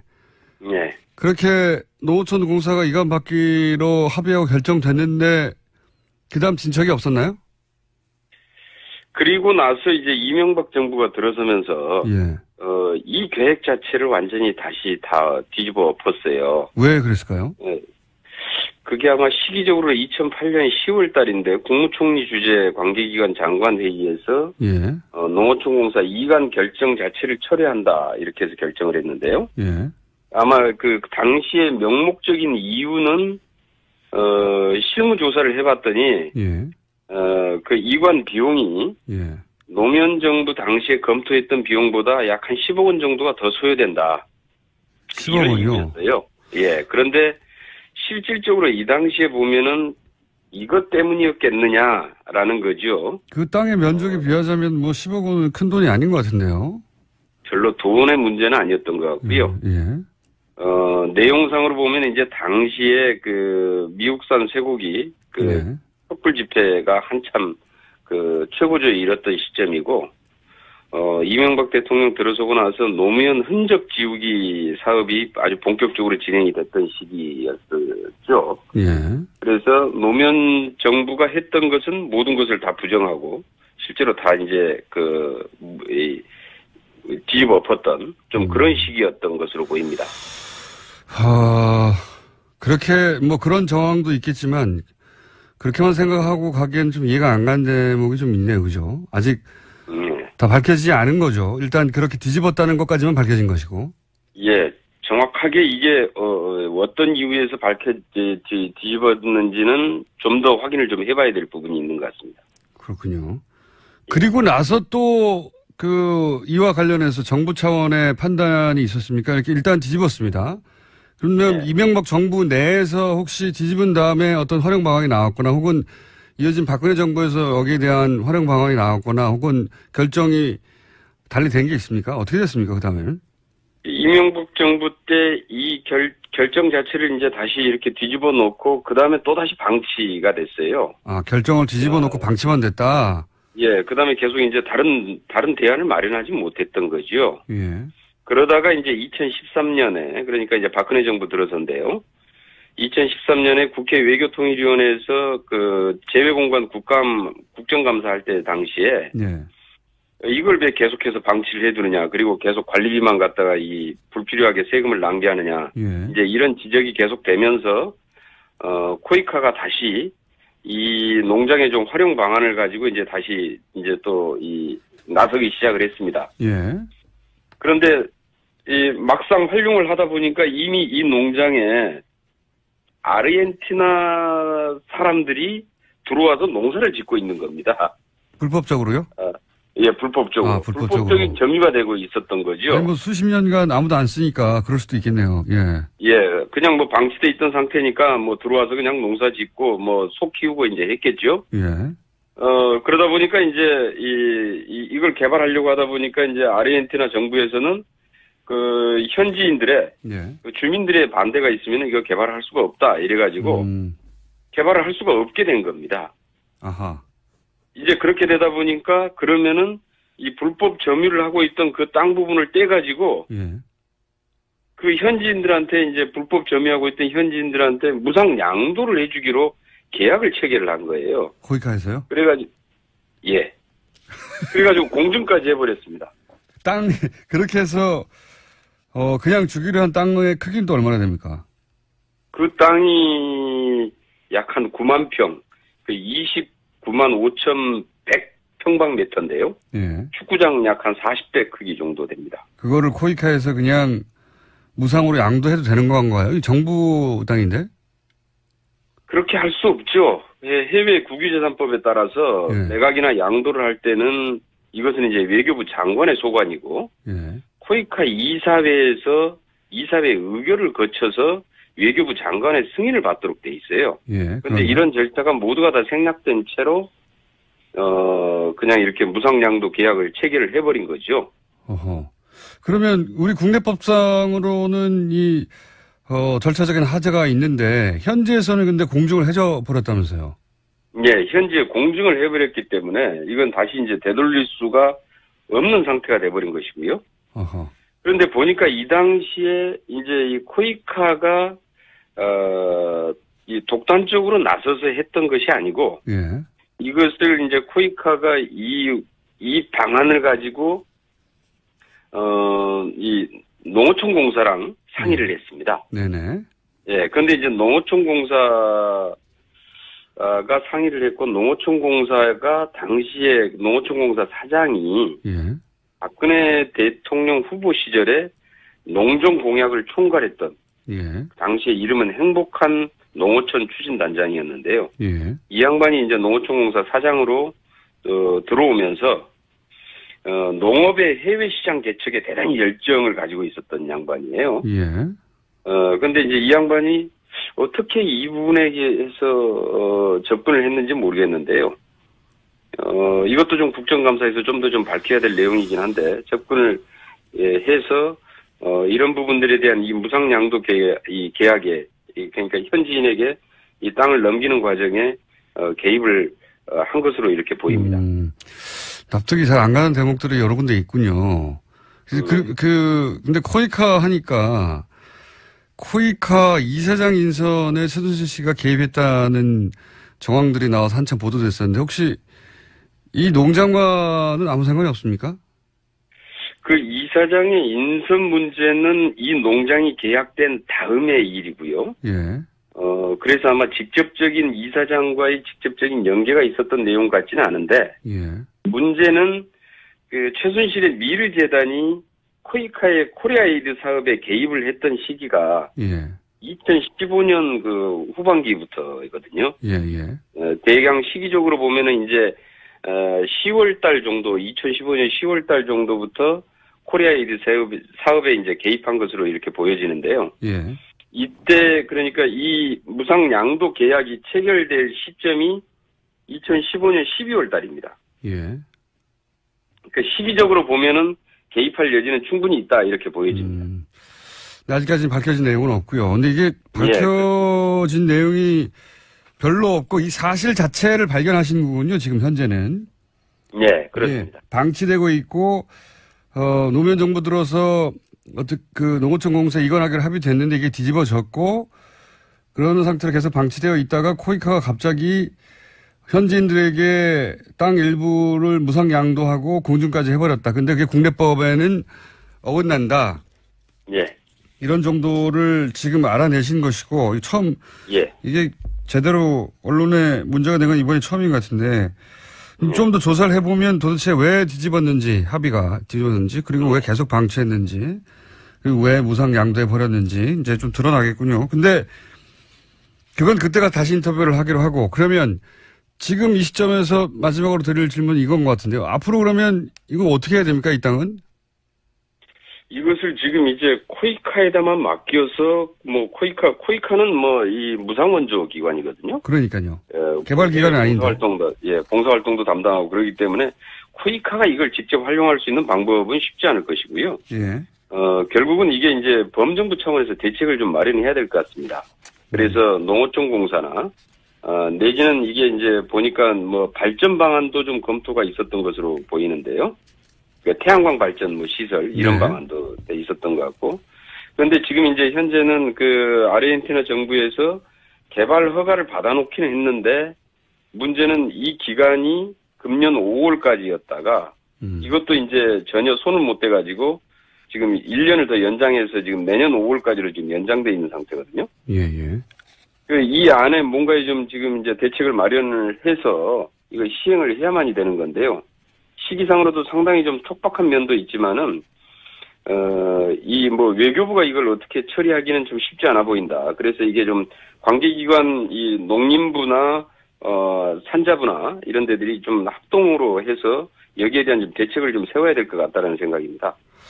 알겠습니다. 그 땅이 뭐 저는 농장 몇 개 정도 수준이었더니 서울시 3분의 1 크기면은 어마어마한 땅이라서 반드시 해결해야 되는 문제네요. 네, 오늘은 사람 대부분 이런 땅이 있는지도 잘 모르고 있었습니다. 그러니까요. 어마어마하게 큰 땅이네요. 오늘 여기까지 듣겠습니다. 앞으로 새로운 내용 나오면 다시 한번 연결하겠습니다. 오늘 말씀 감사합니다. 알겠습니다. 감사합니다. 지금까지 김경엽 의원이었습니다.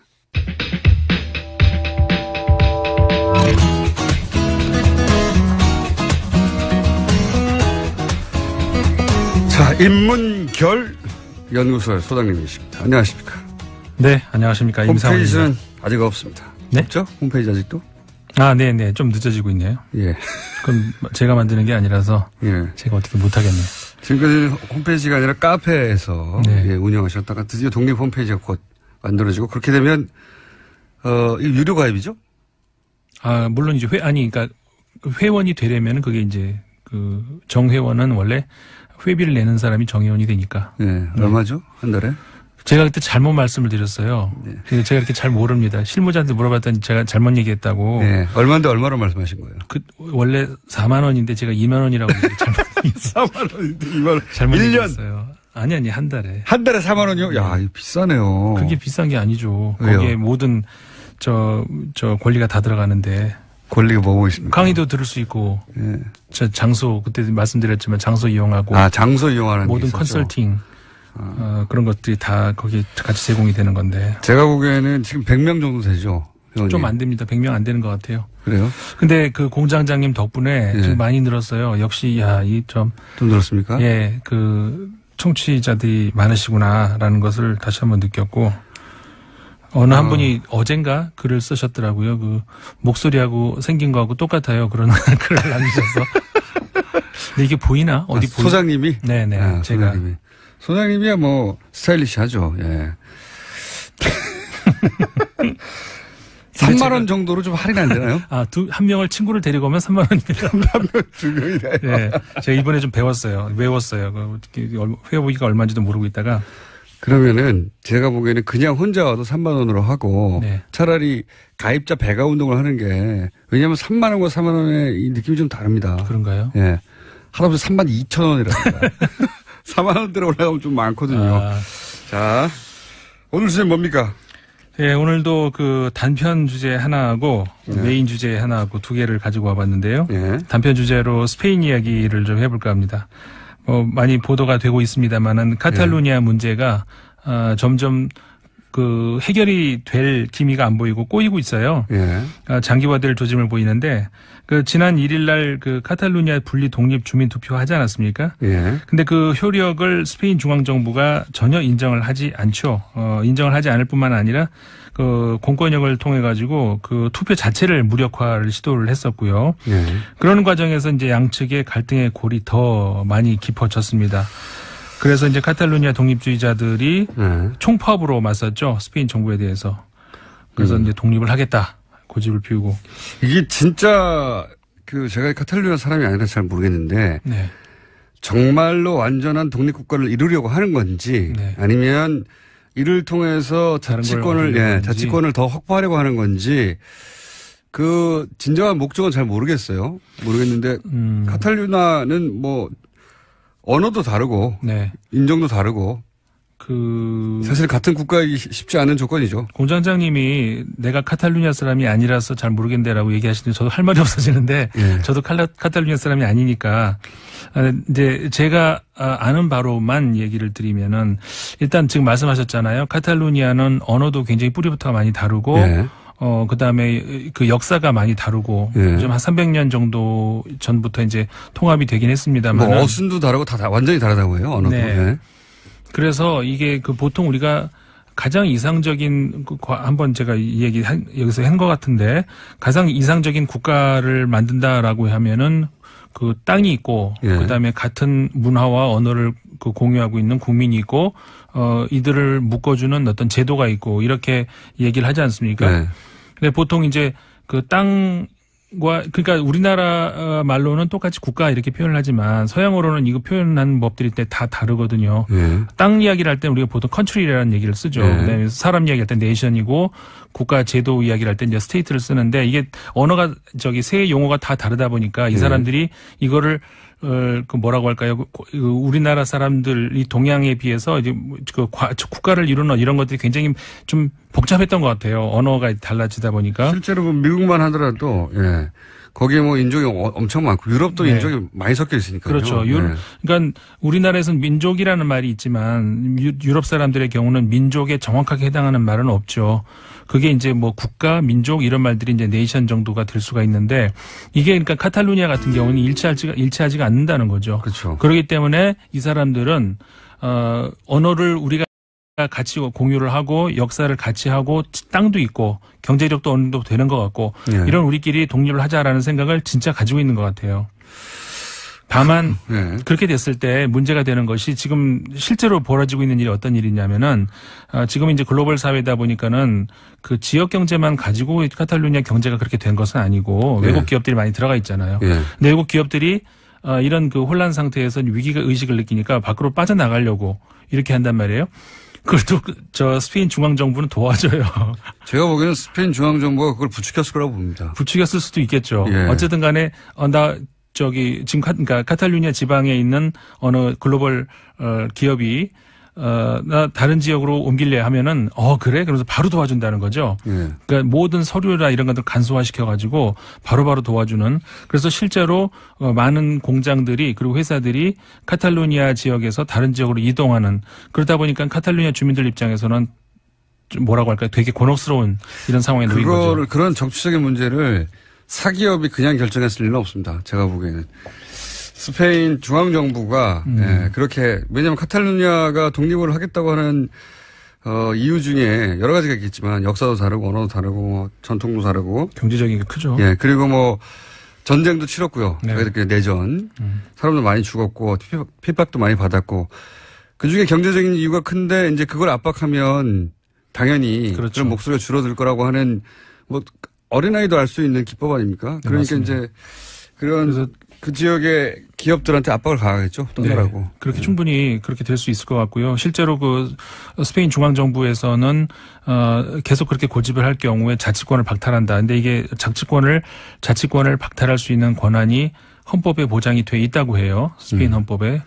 그렇기 때문에 이제 크게 몰아붙이고 있고 이런 중에 지난 주말에서는 또 다른 세력이 이제 시위를 하기 시작했는데, 그러니까는 카탈루냐 독립주의자도 아니고, 그렇다고 이제, 이 사람들을 공권력으로 막아라 하는 사람들은 아니고, 제발 좀 이제 대화 좀 해라. 협상해라. 네. 그러면서, 이 시위대는, 그러니까는 바르셀로나 시에서도 열렸고, 마드리드 시에서도 열렸고, 동시에 열렸는데, 일부러 그 어느 한쪽에 어떤 그 지지한다는 그런 걸 하지 않기 위해서 깃발을 그러니까 국기도 안 들고 나오고 왜냐하면 국기라고 하면 이게 통합의 의미가 있잖아요. 국기 안에. 카탈루냐 깃발이 따로 있거든요. 네, 그렇죠. 예. 그러니까 카탈루냐 깃발 뭐 여러 네 군데를 합쳐가지고 이 상징을 모아서 만든 것이 스페인 국기이기 때문에 아예 그냥 하얀 백기를 들고 나왔어요. 하얀 백기를 들고 나와서 그 백기를 흔들면서 대화해라. 중앙정부하고 카탈루냐 정부하고 그런 시위가 이제 시작이 됐고요. 이 몸짓도 손으로 왜 이렇게 우리가 라디오라서 보여드릴 수는 없는데 말하는 걸 표현하는 손가락으로 이렇게 표현하는 거 있잖아요. 그게 이제 제스처가 됐어요. 이 시위대들.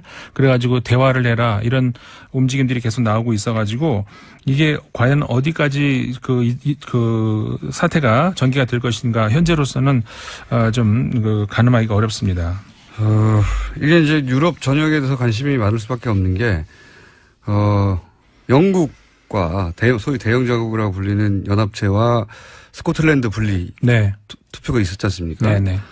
그런 지역들이 그 유럽에 꽤 많이 있어요. 보면. 그렇죠. 예, 이렇게 같은 문제이기 때문에 더더군다나 다른 유럽 국가에서도 그러니까는 분리를 찬성을 하지 않고 있고요. 당연히. 그렇다고 반대를 직접적으로 했다가는 내정 간섭 소리를 들으니까 그렇죠. 주로 이제 입을 다물고 있죠. 네. 예. 실제 다음 시간에 그거 한번 해볼까요? 유럽 내도 이렇게 분리 독립하려고 하는 혹은 뭐 그 지역 내에서의 갈등을 겪는 곳이 우리가 생각하는 것보다 많죠. 예. 네, 독일도 있고 굉장히 많습니다. 따져보면 굉장히 많은데. 벨기에도 있어요. 그렇죠. 조그만 나라인데도 불구하고. 벨기에는 벨기에 사람들은 국민 의식 자체가 우리는 나는 벨기에 사람이다라는 의식이 별로 없어요. 나는 불어권 사람이다. 나는 네덜란드권 사람이다. 그렇죠. 언어가 완전히 다릅니다. 예, 전혀 역사도 다르고 서로 이제 굉장히 인위적으로 묶여진 나라이기 때문에 우리가 생각하는 어떤 그런 국가 혹은 국민 어떤 그런 민족은 말할 것도 없고 그런 개념이 전혀 없습니다. 거기는. 북쪽과 남쪽이 언어도 다르고 거기도 빈부격차가 있고 이태리에도 그런 얘기가 나온 적이 있어요. 북부 이탈리아하고 남부 이탈리아하고 경제 그 차이가 너무 커가지고 굉장히 그 갈등이 심하죠. 분리독립해야 한다는 얘기도 있고 카탈루냐뿐만이 아니다. 많습니다. 그 유럽이 어떻게 보면은 그 21세기에 들어와가지고 굉장히 하나의 그 분쟁의 소지가 될 수 있는 것이 바로 이 문제. 소수민족의 어떤 갈등 문제 이게 굉장히 큰 문제가 될 수 있습니다. 이게 이제 뭐 쿠르드나 카탈루냐 정도 되면 굉장히 큰 문제라 인구도 많고 화제가 되지만 그 외에도 유럽 내에 많다. 이 시국에 좀 많이 나왔으면 좋겠어요, 문제들이 아예.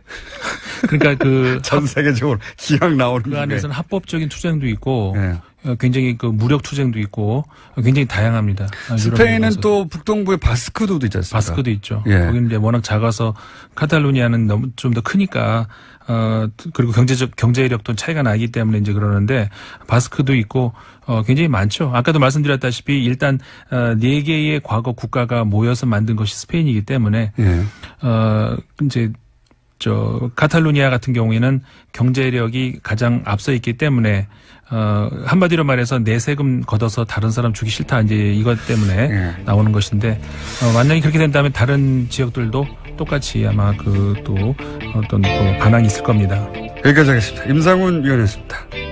안녕히 가십시오. 감사합니다. 안녕. 사람의 트윗을 뭐 하루가 멀다 하고 중계하면서 거기 무슨 대단한 전략 뭐 그런 게 있는 것처럼 해석을 하는데 없어요 그런 거. 미국 대통령이니까 무슨 대단한 철학과 정신과 전략이 있을 것만 같다고 착각하는 거죠. 그냥 장사꾼이 평생 자기가 하던 대로 국제 얘기를 하는 겁니다. 다른 사람 생명을 판도를 걸고. 네, 같은 비판을 소설가 한강 씨가 뉴욕타임스에다가 기고하기도 했습니다. 제 기고는 왜 안 받을까요? 이건 우리 언론은 이걸 생중계할 게 아니라 끊임없이 비판하고 압박을 해야 돼요. 아니 우리 생명을 걸고 자기 판도를 걸든가. 우리나라 국민들의 생명을 걸고 자기가 왜 이런 도박을 하는 겁니까? 그걸 무슨 대단한 국제적인 전략과 정신이 있는 것처럼 이렇게 중계하고 무슨 의도일까? 바보 같은 짓이에요. 바보 같은 짓. 이런 거를 우리 언론들이 그 뒤에 깊숙한 위대한 전략이 있는 것처럼 중계하는 것은 관종이라니까요. 그냥. 자기 장사하던 기법대로 국제 얘기를 하는 겁니다. 홍군형을 내야 됩니다. 이건. 자, 오늘은 휴일이니까 널널하게. 자, 다음 뉴스는요. 네, 또 눈에 띄는 소식이 있는데요. 미국 국무부가 다음 달 미국에서 열리는 역도 세계선수권대회에 북한 선수들 비자 신청이 가능하다라고 밝혔습니다. 그러니까 대회를 준비 중인 미국 역도연맹에서 말한 건데요. 등록 마감일 전에 북한 측으로부터 연락이 올 것을 기대하고 있다라고 밝혔다고 합니다. 대통령은 이제 이렇게 미친 사람 전략을 쓰고, 그게 무슨 대단한 것처럼. 북한의, 벼랑 끝 전술하고 뭐 똑같은 겁니다, 그냥. 똑같은 거예요. 무슨 여기 위대한 전략이 있어요. 내가 더 미쳤냐. 이 동네 미친놈은 나야. 이런 거잖아요, 전략이. 자, 그런 가운데서도 또 뒤에서는 협상 혹은 대화 혹은 스포츠 교류까지도 스포츠 있는 교류 거죠. 이런 거는 추진하고 있다. 뭐 이런 뉴스입니다. 네. 또 앞서서 말씀드렸는데요. 소설가 한강 씨가 뉴욕타임스 8일자에 기고한 글이 또 화제가 되고 있습니다. 제목은 미국이 전쟁을 이야기할 때 한국은 몸서리친다인데요. 부제는 승리로 귀결되는 어떠한 전쟁 시나리오도 없다라는 내용입니다. 그러니까 한국 사람들한테 전쟁은 현실이다라는 건데요. 그렇기 때문에 평화적이지 않은 해법과 승리는 공허하고 터무니없으며 불가능한 슬로건이다라고 지적했습니다. 트럼프 대통령은 위대해서 미국 대통령이 된 게 아니고 미국 대통령이 되고 보니 위대한 사람인 줄 착각하는 거예요. 예, 별거 없습니다. 자, 이런 기고문이 한국에서 더 많이 가야죠. 예. 이게 벌써 몇 달 만에, 몇 달입니까? 몇 달 동안 전쟁 난다고 하는데 우리나라에서 이런 기고를 한 사람이 주요 매체, 미국 주요 매체 처음이라는 게 이게 안타까운 일인 거예요. 예. 우리가 당사자인데 한강 씨한테 고마움을 제가 개인적으로 전합니다. 저희가 인터뷰하자고 하실까요? 예. 추진해 보겠는데 국내 인터뷰는 잘 안 하시는 것 같더라고요. 또 다음 뉴스는 뭡니까? 네, 또 올해 노벨 평화상을 핵무기 폐기 국제운동이란 단체가 받았는데요. 이 단체 또한 도널드 트럼프 미국 대통령과 김정은 북한 노동당 위원장을 비판했습니다. 둘 다 멈춰야 한다라는 메시지를 낸 건데요. 핵무기를 사용하겠다고 위협하는 행위도 불법이고 핵무기 보유와 개발 역시 불법이다라고 강조한 겁니다. 알겠습니다. 예. 핵무기 폐기 국제운동. 트럼프와 김정은 모두 비판을 했다. 정상이죠. 둘 다 비판을 해야 되는 거죠. 자, 다음 뉴스는요. 네, 외교안보 관련된 소식 하나만 더 전해드리면요. 또 지미 카터 전 미국 대통령이 나설 거다라는 보도가 있습니다. 북미 간 메신저 역할을 하기 위해서 방북을 추진하고 있다라고 중앙일보가 오늘 아침에 보도했는데요. 최근에 그를 만난 박한식 조지아대 명예교수가 밝힌 사실이라고 합니다. 뿐만 아니라 카터 전 대통령은 지난 4일에는 미국 워싱턴 포스트에 기고도 했었는데요. 여기에서 북한 핵시설에 대한 군사공격이나 좀 더 강력한 경제제재 등은 현재 위기를 끝낼 즉각적인 길이 되지 못한다라고 지적했다고 합니다. 그렇기 때문에 고위급 대표단을 보내야 한다라는 주장까지 했는데 그것이 사실상 본인의 방북을 희망한다라는 겁니다. 94년도였던가요? 경술의 협상을 이끌어낸 제네바 합의에서 큰 역할을 했죠. 예. 근데 카터 대통령은 너무 많고요, 나이가 이제 94세예요. 네, 90대입니다. 94세. 예. 그리고 트럼프 현 대통령이 이 공을 자기가 가져가고 싶지. 예. 다른 사람이 돌파구를 만들어냈다. 이런 그림을 원하지 않을 거라고 봐요. 예. 자기가 다 영광을 먹고 싶은 사람이지. 그래서 저는 94년과 같은 역할을 못할 것이다. 개인적으로 전망하는 바입니다. 여하간 그런 움직임이 있다. 자, 다음 순요. 네, 최근 미국 여론조사에서 트럼프 대통령의 지지율이 역대 최저를 기록했다고 합니다. 32%인데요. AP통신의 분석에 따르면 트럼프 대통령은 연일 북한과 말폭탄을 교환하고 백인 우월주의자들의 공감하는 모습을 보이면서 지지율이 급락하고 있다라는 겁니다. 32%도 많네요. 예. 네, 국정이 올바른 방향으로 나아가고 있다고 답한 사람은 24%였다고 합니다. 그러니까 지지를 하지만 지금은 잘못 가고 있다라고 생각하는 사람은 더 많다는 얘기네요. 예. 32%. 미국 대통령이 30%로 떨어지는 건 드문 일이거든요. 네. 자, 지지율은 계속 떨어지고 있다. 다음 수는요? 네, 국정원 소식도 전해드리겠습니다. 이명박 정부 시절 국가정보원이 이번에는 김대중 전 대통령의 노벨 평화상 수상을 취소해달라는 청원 계획을 세웠다라는 겁니다. 현재 이와 관련해서 검찰이 수사에 나섰습니다. 이건 진짜 이명박 정부 시절에 이 전 대통령이 노벨 평화상을 받았는데 이걸 취소해달라고 하는 국제사회에 이야기하겠다라는 거죠. 혹은 뭐 노벨 평화상 위원회가 있겠죠. 거기다가 취소해달라고 하는 운동을 하는 보수단체. 예, 관변단체와 모의를 했다라는 겁니다. 예, 모의를 했다는 거죠. 이게 실행이 됐을 수도 있죠. 됐을 수도 있고 당시 이와 관련한 합성 사진도 돌았었는데 그것도 역시 국정원 작품이 아닌가 이런 의혹이 있다.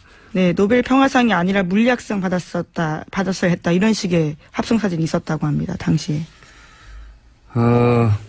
이 사안은 저희가 3부에서 김홍걸 위원장 연결해서 이야기 나눠보겠는데 이게 진짜 감옥에 보내야 됩니다. 감옥에 다 이런 계획을 세우고 서로 실행되지 않았다고 하더라도 이게 소위 말해서 진보 정권이 다시는 탄생하지 못하도록 하겠다는 보수 100년 집권 계획의 일환이었을 거라고 봐요. 예. 그래서 이전 금융회사 이런 걸 만들려고 했던 거예요. 그래서 BBK는 투자 자문이고 그리고 증권회사인 EBK 인터넷 증권회사 EBK를 또 하나 만들고 그 두 가지 회사를 지주회사인 LKE 이름이 이제 복잡하게 시작합니다. 네. 기억하실 필요는 없어요. 그냥 BBK 하나만 기억하시면 되는데 그런데 이제 회사의 꼴은 그렇게 증권회사, 지주회사, 투자회사 그리고 인터넷 은행을 만들고 싶어 했지만 인터넷 은행은 당시 법상 안 됐기 때문에 설립이 안 됐죠. 예, 4가지 은행까지 이런 종합금융회사를 만들려고 했었습니다. 이 과정에서 이제 소위 이명박 전 대통령과 가까운 투자자들이 참여를 하게 되죠. 예. 하나은행, 삼성생명 또 어디가 있습니까 그거에? 심택이라는 회사가 또 있죠. 그리고 그 종교단체, 기독교단체도 투자를 했죠. 그렇죠. 예. 근데 이제 하나같이 다 이명박 전 대통령과 개인적으로 가까운 사람. 아주 특별히 가까운 사람들. 소망교회 그 장로 동료였습니다. 예. 그런 곳에서만 투자를 했어요. 예. 하필이면. 그런데 당시 특검 때는 이명박 전 대통령은 이 투자를 알지도 못했다고 주장을 합니다. 그렇습니다. 이 돈들이, 예. 그런데 그게 가장 말이 안 되는데, 김경준 씨가 BBK를 설립했다고 해서 대표가 되긴 했어요. 예. 근데 부사장, 그리고 경리과장, 그 다음에 그 직원들도 다 이명박 사람들이었어요. 김백준, 이진영 이런 사람들은 BBK에서 근무했던 직원들은 모두 청와대에 갔습니다. 이명박 때. 근데 당시에 새로운 상품이 나왔지 않습니까? 새로운 회사. 그래서 내가 새로운 회사를 만들었다. 그리고 내가 새로운 상품을 만들었다. 써보니까 좋다. 이렇게 광고 모델로 나서고 CEO로 나선 사람이 이명박이었어요. 그러다가 계속해서 자기가 광고하고 팔고 다니다가 갑자기 문제가 생깁니다. 문제가 생기자마자 나는 모른다. 나는 모르는 일이었다. 나도 속았다. 이렇게 입장을 바꾸죠. 갑자기. 근데 그 이전에 이게 지금 방금 얘기하다가 여기까지 넘어왔는데 이 투자들 본인들 다 지인들이고 지금 방금 주 기자가 얘기한 대로 회사에 근무한 사람들이 다 자기 측근들인데 자기는 이 투자를 몰랐다고 그래요. 네. 네. 다스에서 190억이 간 투자에 대해서도 본인은 몰랐다. 네. 그거는 그 회사는 자기 형님이 하는 거기 때문에 형이 알아서 투자한 것이지. 형도 몰랐어요. 근데 본인 형도 몰랐다고 나중에. 예. 강원대학에서 특강을 하면서 BBK를 내가 설립했다. 예. 또 그 이장춘 박사라는 분한테 명함을 줬는데 거기 이장춘 박사가 꼼꼼하게 그 네네. 내용을 다 메모까지 해놨죠. 날 만나서 예. 이명박 그러한 주장들을 다 하고 있는데도 불구하고 나는 몰랐다라고 계속 주장하죠. 그렇죠. 190억을 나는 몰랐다는 게 너무 말이 안 되는 게 본인의 형님 처남이 하는 회사지 않습니까? 근데 이 회사가 장부상으로는 도저히 투자할 수 없는 정도, 이 투자가 실패하면 망할 정도의 돈을 투자해요. 그것도 35세에 한국에 들어온 지 얼마 안 되는 청년에게. 한국말도 잘 못합니다. 그러면서 이 청년이 믿을 만한 청년인지 아닌지 안 물어봤다는 거 아니에요? 그렇죠. 동생한테, 형이. 예. 그랬다는 겁니다. 어쨌든, 그런데도 본인의 그 소위 금고직이라고 불리는 사람 혹은 본인의 경리 이런 분들이 다 그 회사에 들어가서 일을 합니다. 예. 근데 본인은 몰랐다고 해요. 저는 이 내용만 들으면 그 옛날에 우정우 무대라고 있었어요. 군인 아저씨들, 군인들, 장병들을 그 위문 프로그램이었는데 뒤에 어머님이 와 계세요. 그런데 앞에서는 저희 어머님이 분명합니다 이렇게 말하잖아요. 아닌데 분명합니다 이렇게 얘기하고 그리고 어떤 친구는 저희 어머님이 와 있는데 우리 어머님이 아닙니다 이렇게 얘기하는 사람들이 있는데 묘한 오버랩이 돼요. 안 되는데 나는. 그런가요? 왜 안 돼? 되지. 예. 뭔가 비유를 들려고 한 거 같은데, 예. 전혀 비유에 실패하고 있고요. 예. 다행이네요. 죄송합니다. 네. 취재만 잘하면 지금 비유까지 잘할 필요는 없어요. 자, 그렇게 해서 이렇게 회사의 시스템이 갖춰지고 투자자들이 투자자들이 이제 이명박 전 대통령과 가까운 투자자들이 참여를 하고 꼴이 갖춰집니다. 꼴이 갖춰지는데 꼴이 갖춰지면서 본인이 방금 말씀하신 광운대에서 BBK를 설립했다. 그다음에 언론에 나와서 내가 인터넷 종합금융회사를 한다. 그 취재를 바로 이제 박영선 의원이 했던 거고. 그렇습니다. 예. 영상으로 남아있고. 그것도 이명박 대통령이 본인이 한 겁니다. 네, 자청해서 자기 해달라고 자기가 새로운 회사를 만들었다. 그때는 광고를 했어야 됐습니다. 네. 그렇죠. 네. 지금 잠깐 문제 하나 읽어도 됩니까? 네. 아까 LK 이뱅크를 만들었다고 얘기했지 않습니까? 근데 LK는 L은 이명박이고 K는 김경준입니다. 네. 그래서 LK 이뱅크인데 BBK는 어떤 약자인지는 몰랐지 않습니까? 네.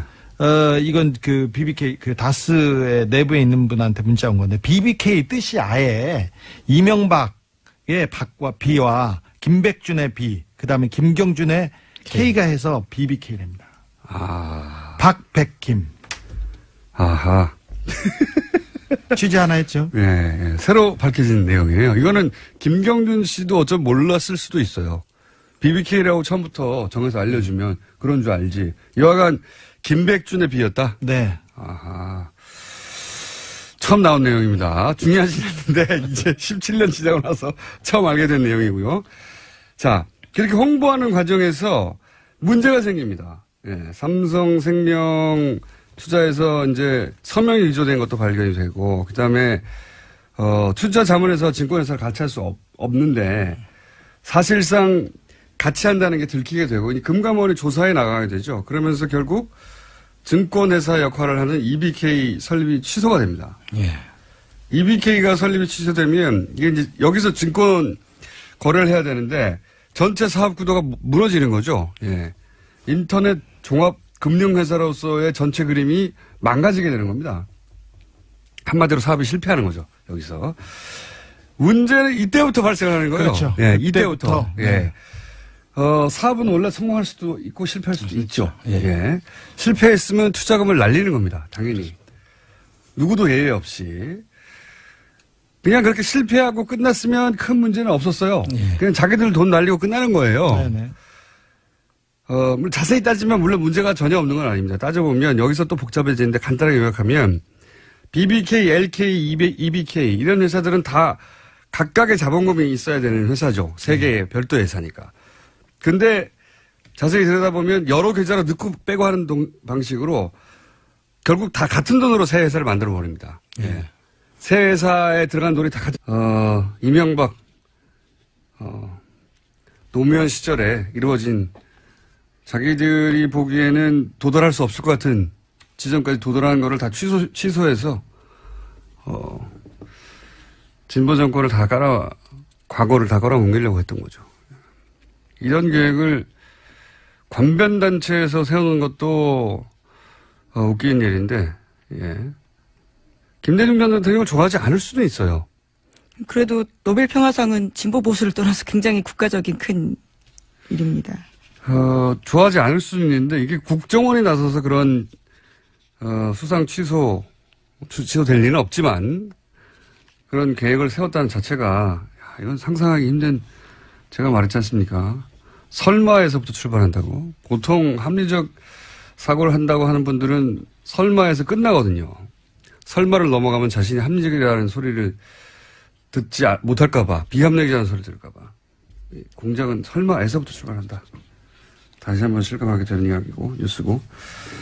3부에서 저희가 좀 자세히 다뤄보겠습니다. 다음 뉴스는요? 네, 민병주 전 국정원 심의전단장이 최근 검찰 조사에서 한 발언이 나왔습니다. 어버이연합을 특별관리하면서 추선희 사무총장도 직접 만났다라고 진술했다고 JTBC가 어제 보도했는데요. 민 전 단장은 어버이연합을 유별나게 챙긴 원세훈 전 원장 지시로 직접 만나게 되었다라고 진술했다고 합니다. 저는 이 정도 되면, 예. 국정원 1급 국장이 어버이연합을 만났다는 거잖아요. 그것도 이전 뉴스에 하면 10여 차례 정도 만났고 그때마다 돈을 줬다는 거고. 그렇죠. 예. 어버이연합에 추선희 사무총장은 자신은 국정원인 줄 모르고 만났다. 중소기업 사람인 줄 알았다라고 주장했었죠. 말도 안 되는 소리를 했는데, 근데 이 정도 되면 말이죠. 국정원 1급 국장이 한 번도 아니고 이렇게 10여 차례를 만났던 걸 보면 어버이연합이 자생적으로 생기자 이에 국정원이 접촉한 게 아니라 국정원이 애초부터 어버이연합 자체를 탄생시킨 거 아니냐. 저는 이런 의구심을 가질 단계다 이제. 예, 그런 생각이 듭니다. 사실 추선희 사무총장에 대해서 여러 가지 의혹들이 과거로부터 있었고 어버이연합에 대해서도 이거 돈 어디서 났냐 여러 차례 추궁이 있었죠. 그래서 제가 기억하기로는 한겨레 신문에서 관련 기사를 쓰니까 어버이연합 몰려와가지고 통장 계좌 흔들면서 이거 다 자발적으로 모은 돈이다. 그러면서 격렬한 시위를 했었죠. 예. 어딜 가시더라도 격렬하게 시위하십니다. 근데 당시 이제 그 언론사 앞에서 굉장히 격렬한 시위를 했었는데 그 격렬한 시위 자체를 저는 국정원이 뒤에서 또 사주한 것이 아닌가 이 부분도 왜냐하면 본인들이 드러날까봐 아예 최전선에서 막는 거죠. 이것도 의구심을 가지고 조사를 해봐야 된다. 어버이연합 자체의 탄생부터 저는 다시 뒤져봐야 된다. 그런 생각이 듭니다. 자생적으로 만들어진 게 아니라 애초부터 그렇게 만들어낸 거일 수도 있다. 자, 하나 정도 더 할 시간이 있습니다. 네, 어제 대한애국당에서 자칭 양심 선언을 한다면서 기자회견을 했는데요. 최순실 씨 태블릿 PC가 주인이 따로 있다라는 주장을 한 겁니다. 박근혜 전 대통령 대선 캠프에서 일했던 신혜원 씨가 그 주인공입니다. 그렇군요.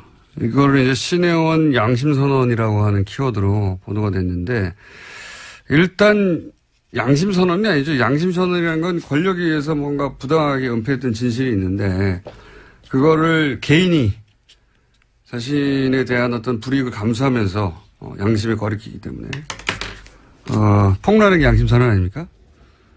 근데 태블릿 PC가 이제 폭로됐을 때 당시의 권력은 박근혜 대통령이었어요. 예. 박근혜 대통령이 태블릿 실제 주인이 신혜원 씨였는데 그걸 대통령 권한으로 덮었다.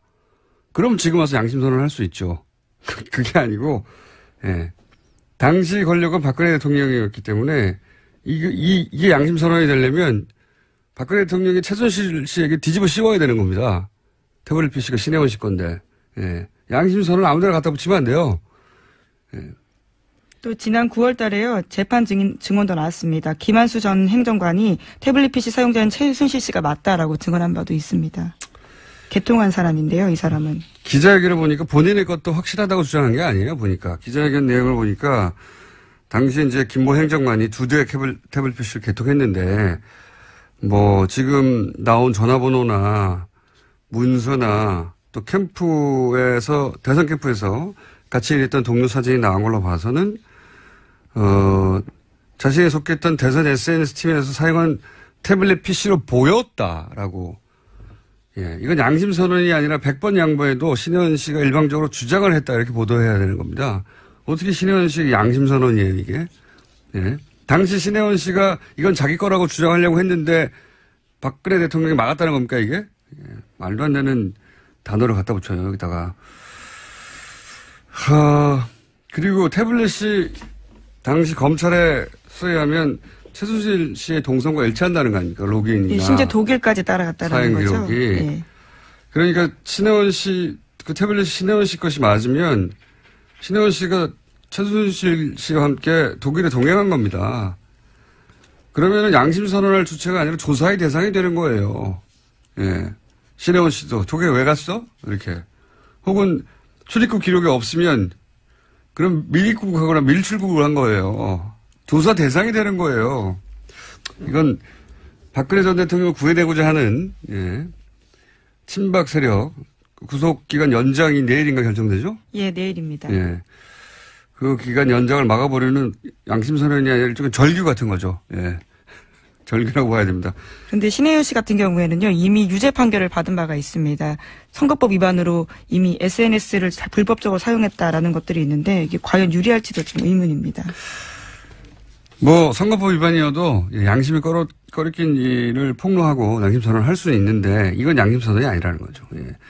이걸 양심선언이라는 키워드로 본인들이 주장한다고 그대로 보도해주면 이건 저는 언론의 직무유기라고 봅니다. 대체 어디서 양심의 선언을 읽어낸 건지. 예. 양심선언은 아니고요. 예. 그런 주장이 있었다. 예. 그런데 그런 주장이 사실이라고 전제하면 신혜원 씨는 조사 대상이다.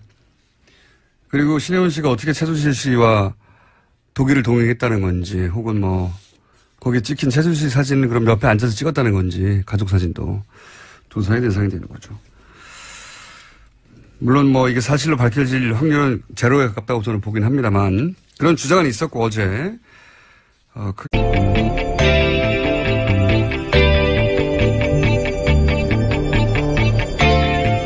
안녕하세요. 김어준입니다. 오늘은 열흘간 이어진 연휴의 마지막 날입니다. 역대 최고란 공항 인파 사진이 연일 뉴스가 됐죠. 이 정도 연휴가 언제 돌아오나 달력을 뒤진 사람들도 많습니다. 2025년 그리고 2034년 그 다음이 2044년 앞으로 8년, 17년, 27년을 기다려야 합니다. 1년 중 열흘 연속 쉬는 날이 앞으로 27년간 3번밖에 안 된다는 사실. 뭔가 크게 잘못됐다 생각 들지 않으십니까? 한 조사에 따르면 세계 주요 28개국 연차 휴가 평균 사용일 조사에서 7년 연속 세계 꼴찌를 기록한 게 우리나라입니다. 유럽 대부분 국가들은 25일에서 30일 수준, 홍콩, 인도, 싱가포르 같은 아시아권도 15일 정도. 조사 대상 중 오로지 우리나라만 한 자릿수입니다. 프랑스는 연차가 아니라 연속 휴가를 1년 최소 12일 법적으로 보장하고 있죠. 최소가 매년 12일입니다. 열심히 일한 당신 떠나라 하는 광고 문구가 몇 년 전 유행했었습니다. 휴가를 떠나는데 그동안 열심히 일을 했다는 핑계가 필요했던 거죠. 그런 핑계는 없어도 됩니다. 사람에게는 고용관계를 벗어나 김 이사, 박 과장, 이 대리가 아니라 한 사람의 자연인으로 돌아가 쉴 수 있는 권리가 마땅히 있어야 하는 거죠. 유사일에 그 권리가 없는 자들을 우리는 노예라고 불렀습니다. 휴가제도에 국가 단위의 전면적인 개선이 필요하다. 김어준 생각이었습니다.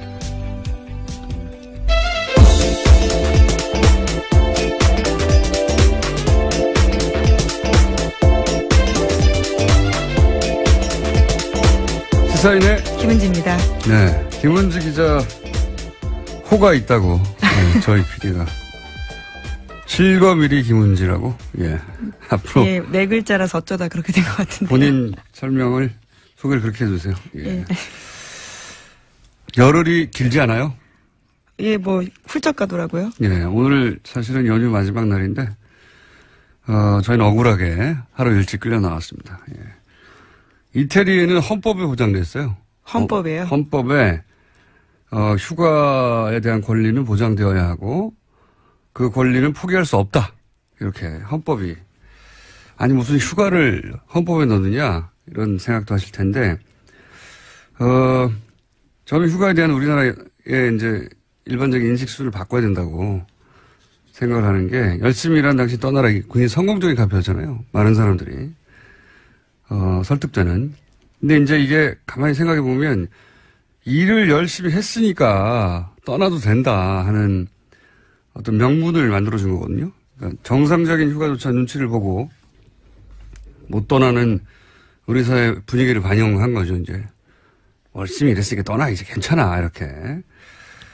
근데 남들보다 훨씬 열심히, 더 미친 듯이, 일을 하지 않아도 그냥 정상적으로 일을 했으면 이미 충분한 겁니다. 예, 권리죠, 그냥.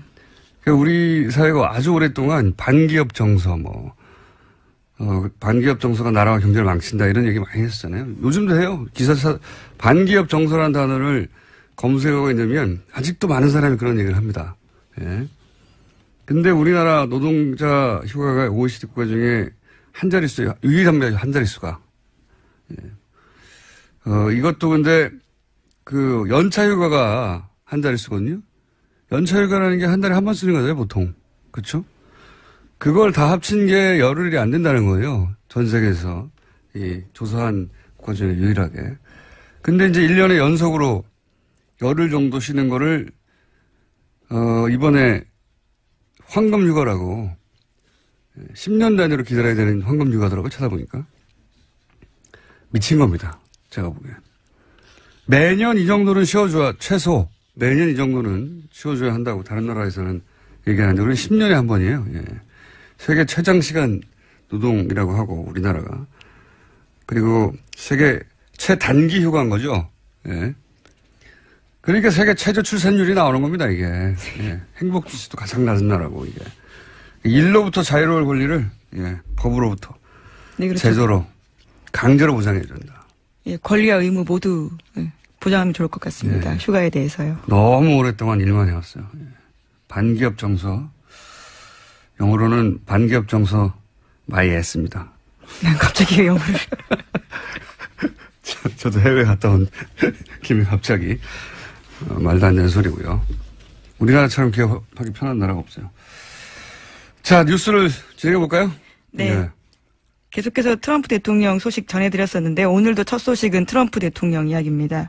도널드 트럼프 미국 대통령이 현지 시각으로 7일에 과거 북한과의 협상이 효과가 없었다면서 단 한 가지는 효과가 있을 것이다 라고 주장했습니다.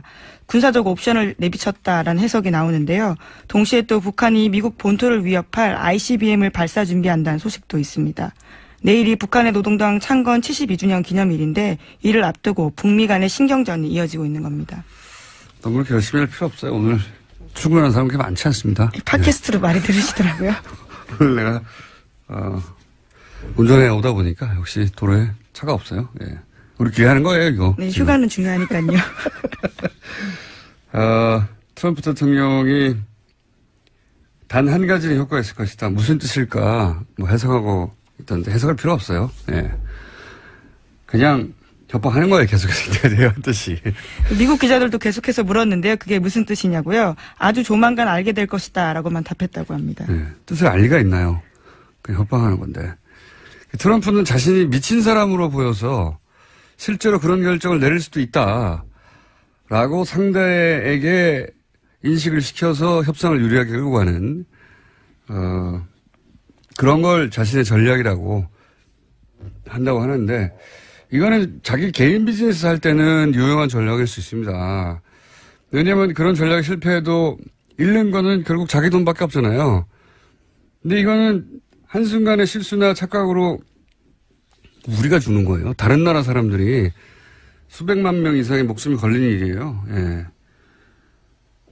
그러니까 자기가 개인 비즈니스 할 때 쓰던 전략을 국제 외교에서 자기 목숨을 걸고 하면 또 모르겠어요. 다른 사람 목숨을 걸고 하는 겁니다. 예. 이런 정신 상태를 가진 게 보도가 되고 검색어도 올라왔고 그죠? 화제가 되긴 했었습니다. 하지만 양심선언은 아니다. 예, 정확히는 신혜원 씨가 속한 단체에 대해서 이야기한 겁니다. 선거법 위반 부분요. 어쨌든 양심선언이라고 보도한 자체가 저는 이게 언론의 직무유기라고 봅니다. 여기까지 할까요? 예. 네. 휴가를 하루 일찍 끝내서 억울한 시사이네. 예, 김은지였습니다. 감사합니다. 기자 안원구 전 너무 길어요. 대구지방국세청장님 나오셨습니다. 안녕하십니까? 안녕하십니까? 안녕하십니까? 자, 연휴를 마지막 날을 쉬지 못하고 여기 나오게 해서 매우 고소합니다. 아니 혼자 하시지 듣지도 않는데. 네, 오늘 출근길에는 듣는 분들이 평소에 비해서 매우 적겠지만 또 이게 다운로드 받아서 듣게 됩니다. 예. 주말에 저희 PD 얘기로는 연휴 기간에 다운로드는 더 늘어났다고. 예. 심심한 거죠. 네. 또는 멀리 운전하러 가실 때, 운전하고 멀리 가실 때 듣기도 하고. 자, 오늘 아침 실시간으로 듣는 분들의 숫자는 좀 적을 것이다. 그러나 결국 오후에나 내일 다운로드 받는다. 라고 생각하고 이제 방송을 하면 덜 억울하잖아요. 자, 오늘은 저희가 140억을 돌려받는 과정에 대한 얘기를 쭉 해왔는데 오늘은 조금 바꾸겠습니다. 한 발 더 들어가서 140억을 돌려받기 이전 상황을 한번 정리해보죠. 예. 다스에서 140억을 돌려받았다. 이 얘기는 이제 충분히 저희가 했고. 그러면 이 이전 상황, 어쩌다가 이 140억을 돌려받는 상황까지 오게 됐느냐. 이게 바로 이제 BBK 사건이거든요. BBK 사건인데 이게 워낙 회사 이름이 많이 등장하고 외워지지도 않아요, 잘. 회사 이름이. 의미가 잘 없어가지고. 그리고 거래도 대단히 복잡합니다, 내부 거래가. 그래서 뭐가 어떻게 됐는지 이해하기 당시도 어려웠고 지금은 시간이 지나서 더 어렵죠. 예. 그럼에도 불구하고 이제는 이걸 다시 한번 기억에서 소환할 때가 왔어요. 예. 그래야지 전체 그림을 이해할 수 있으니까.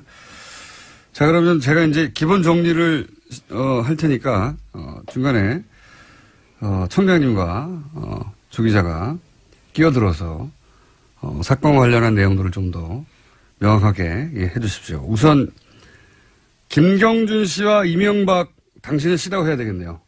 예, 그때는 공직자가 아니었기 때문에 BBK라는 투자 자문회사를 설립합니다. 99년의 일입니다.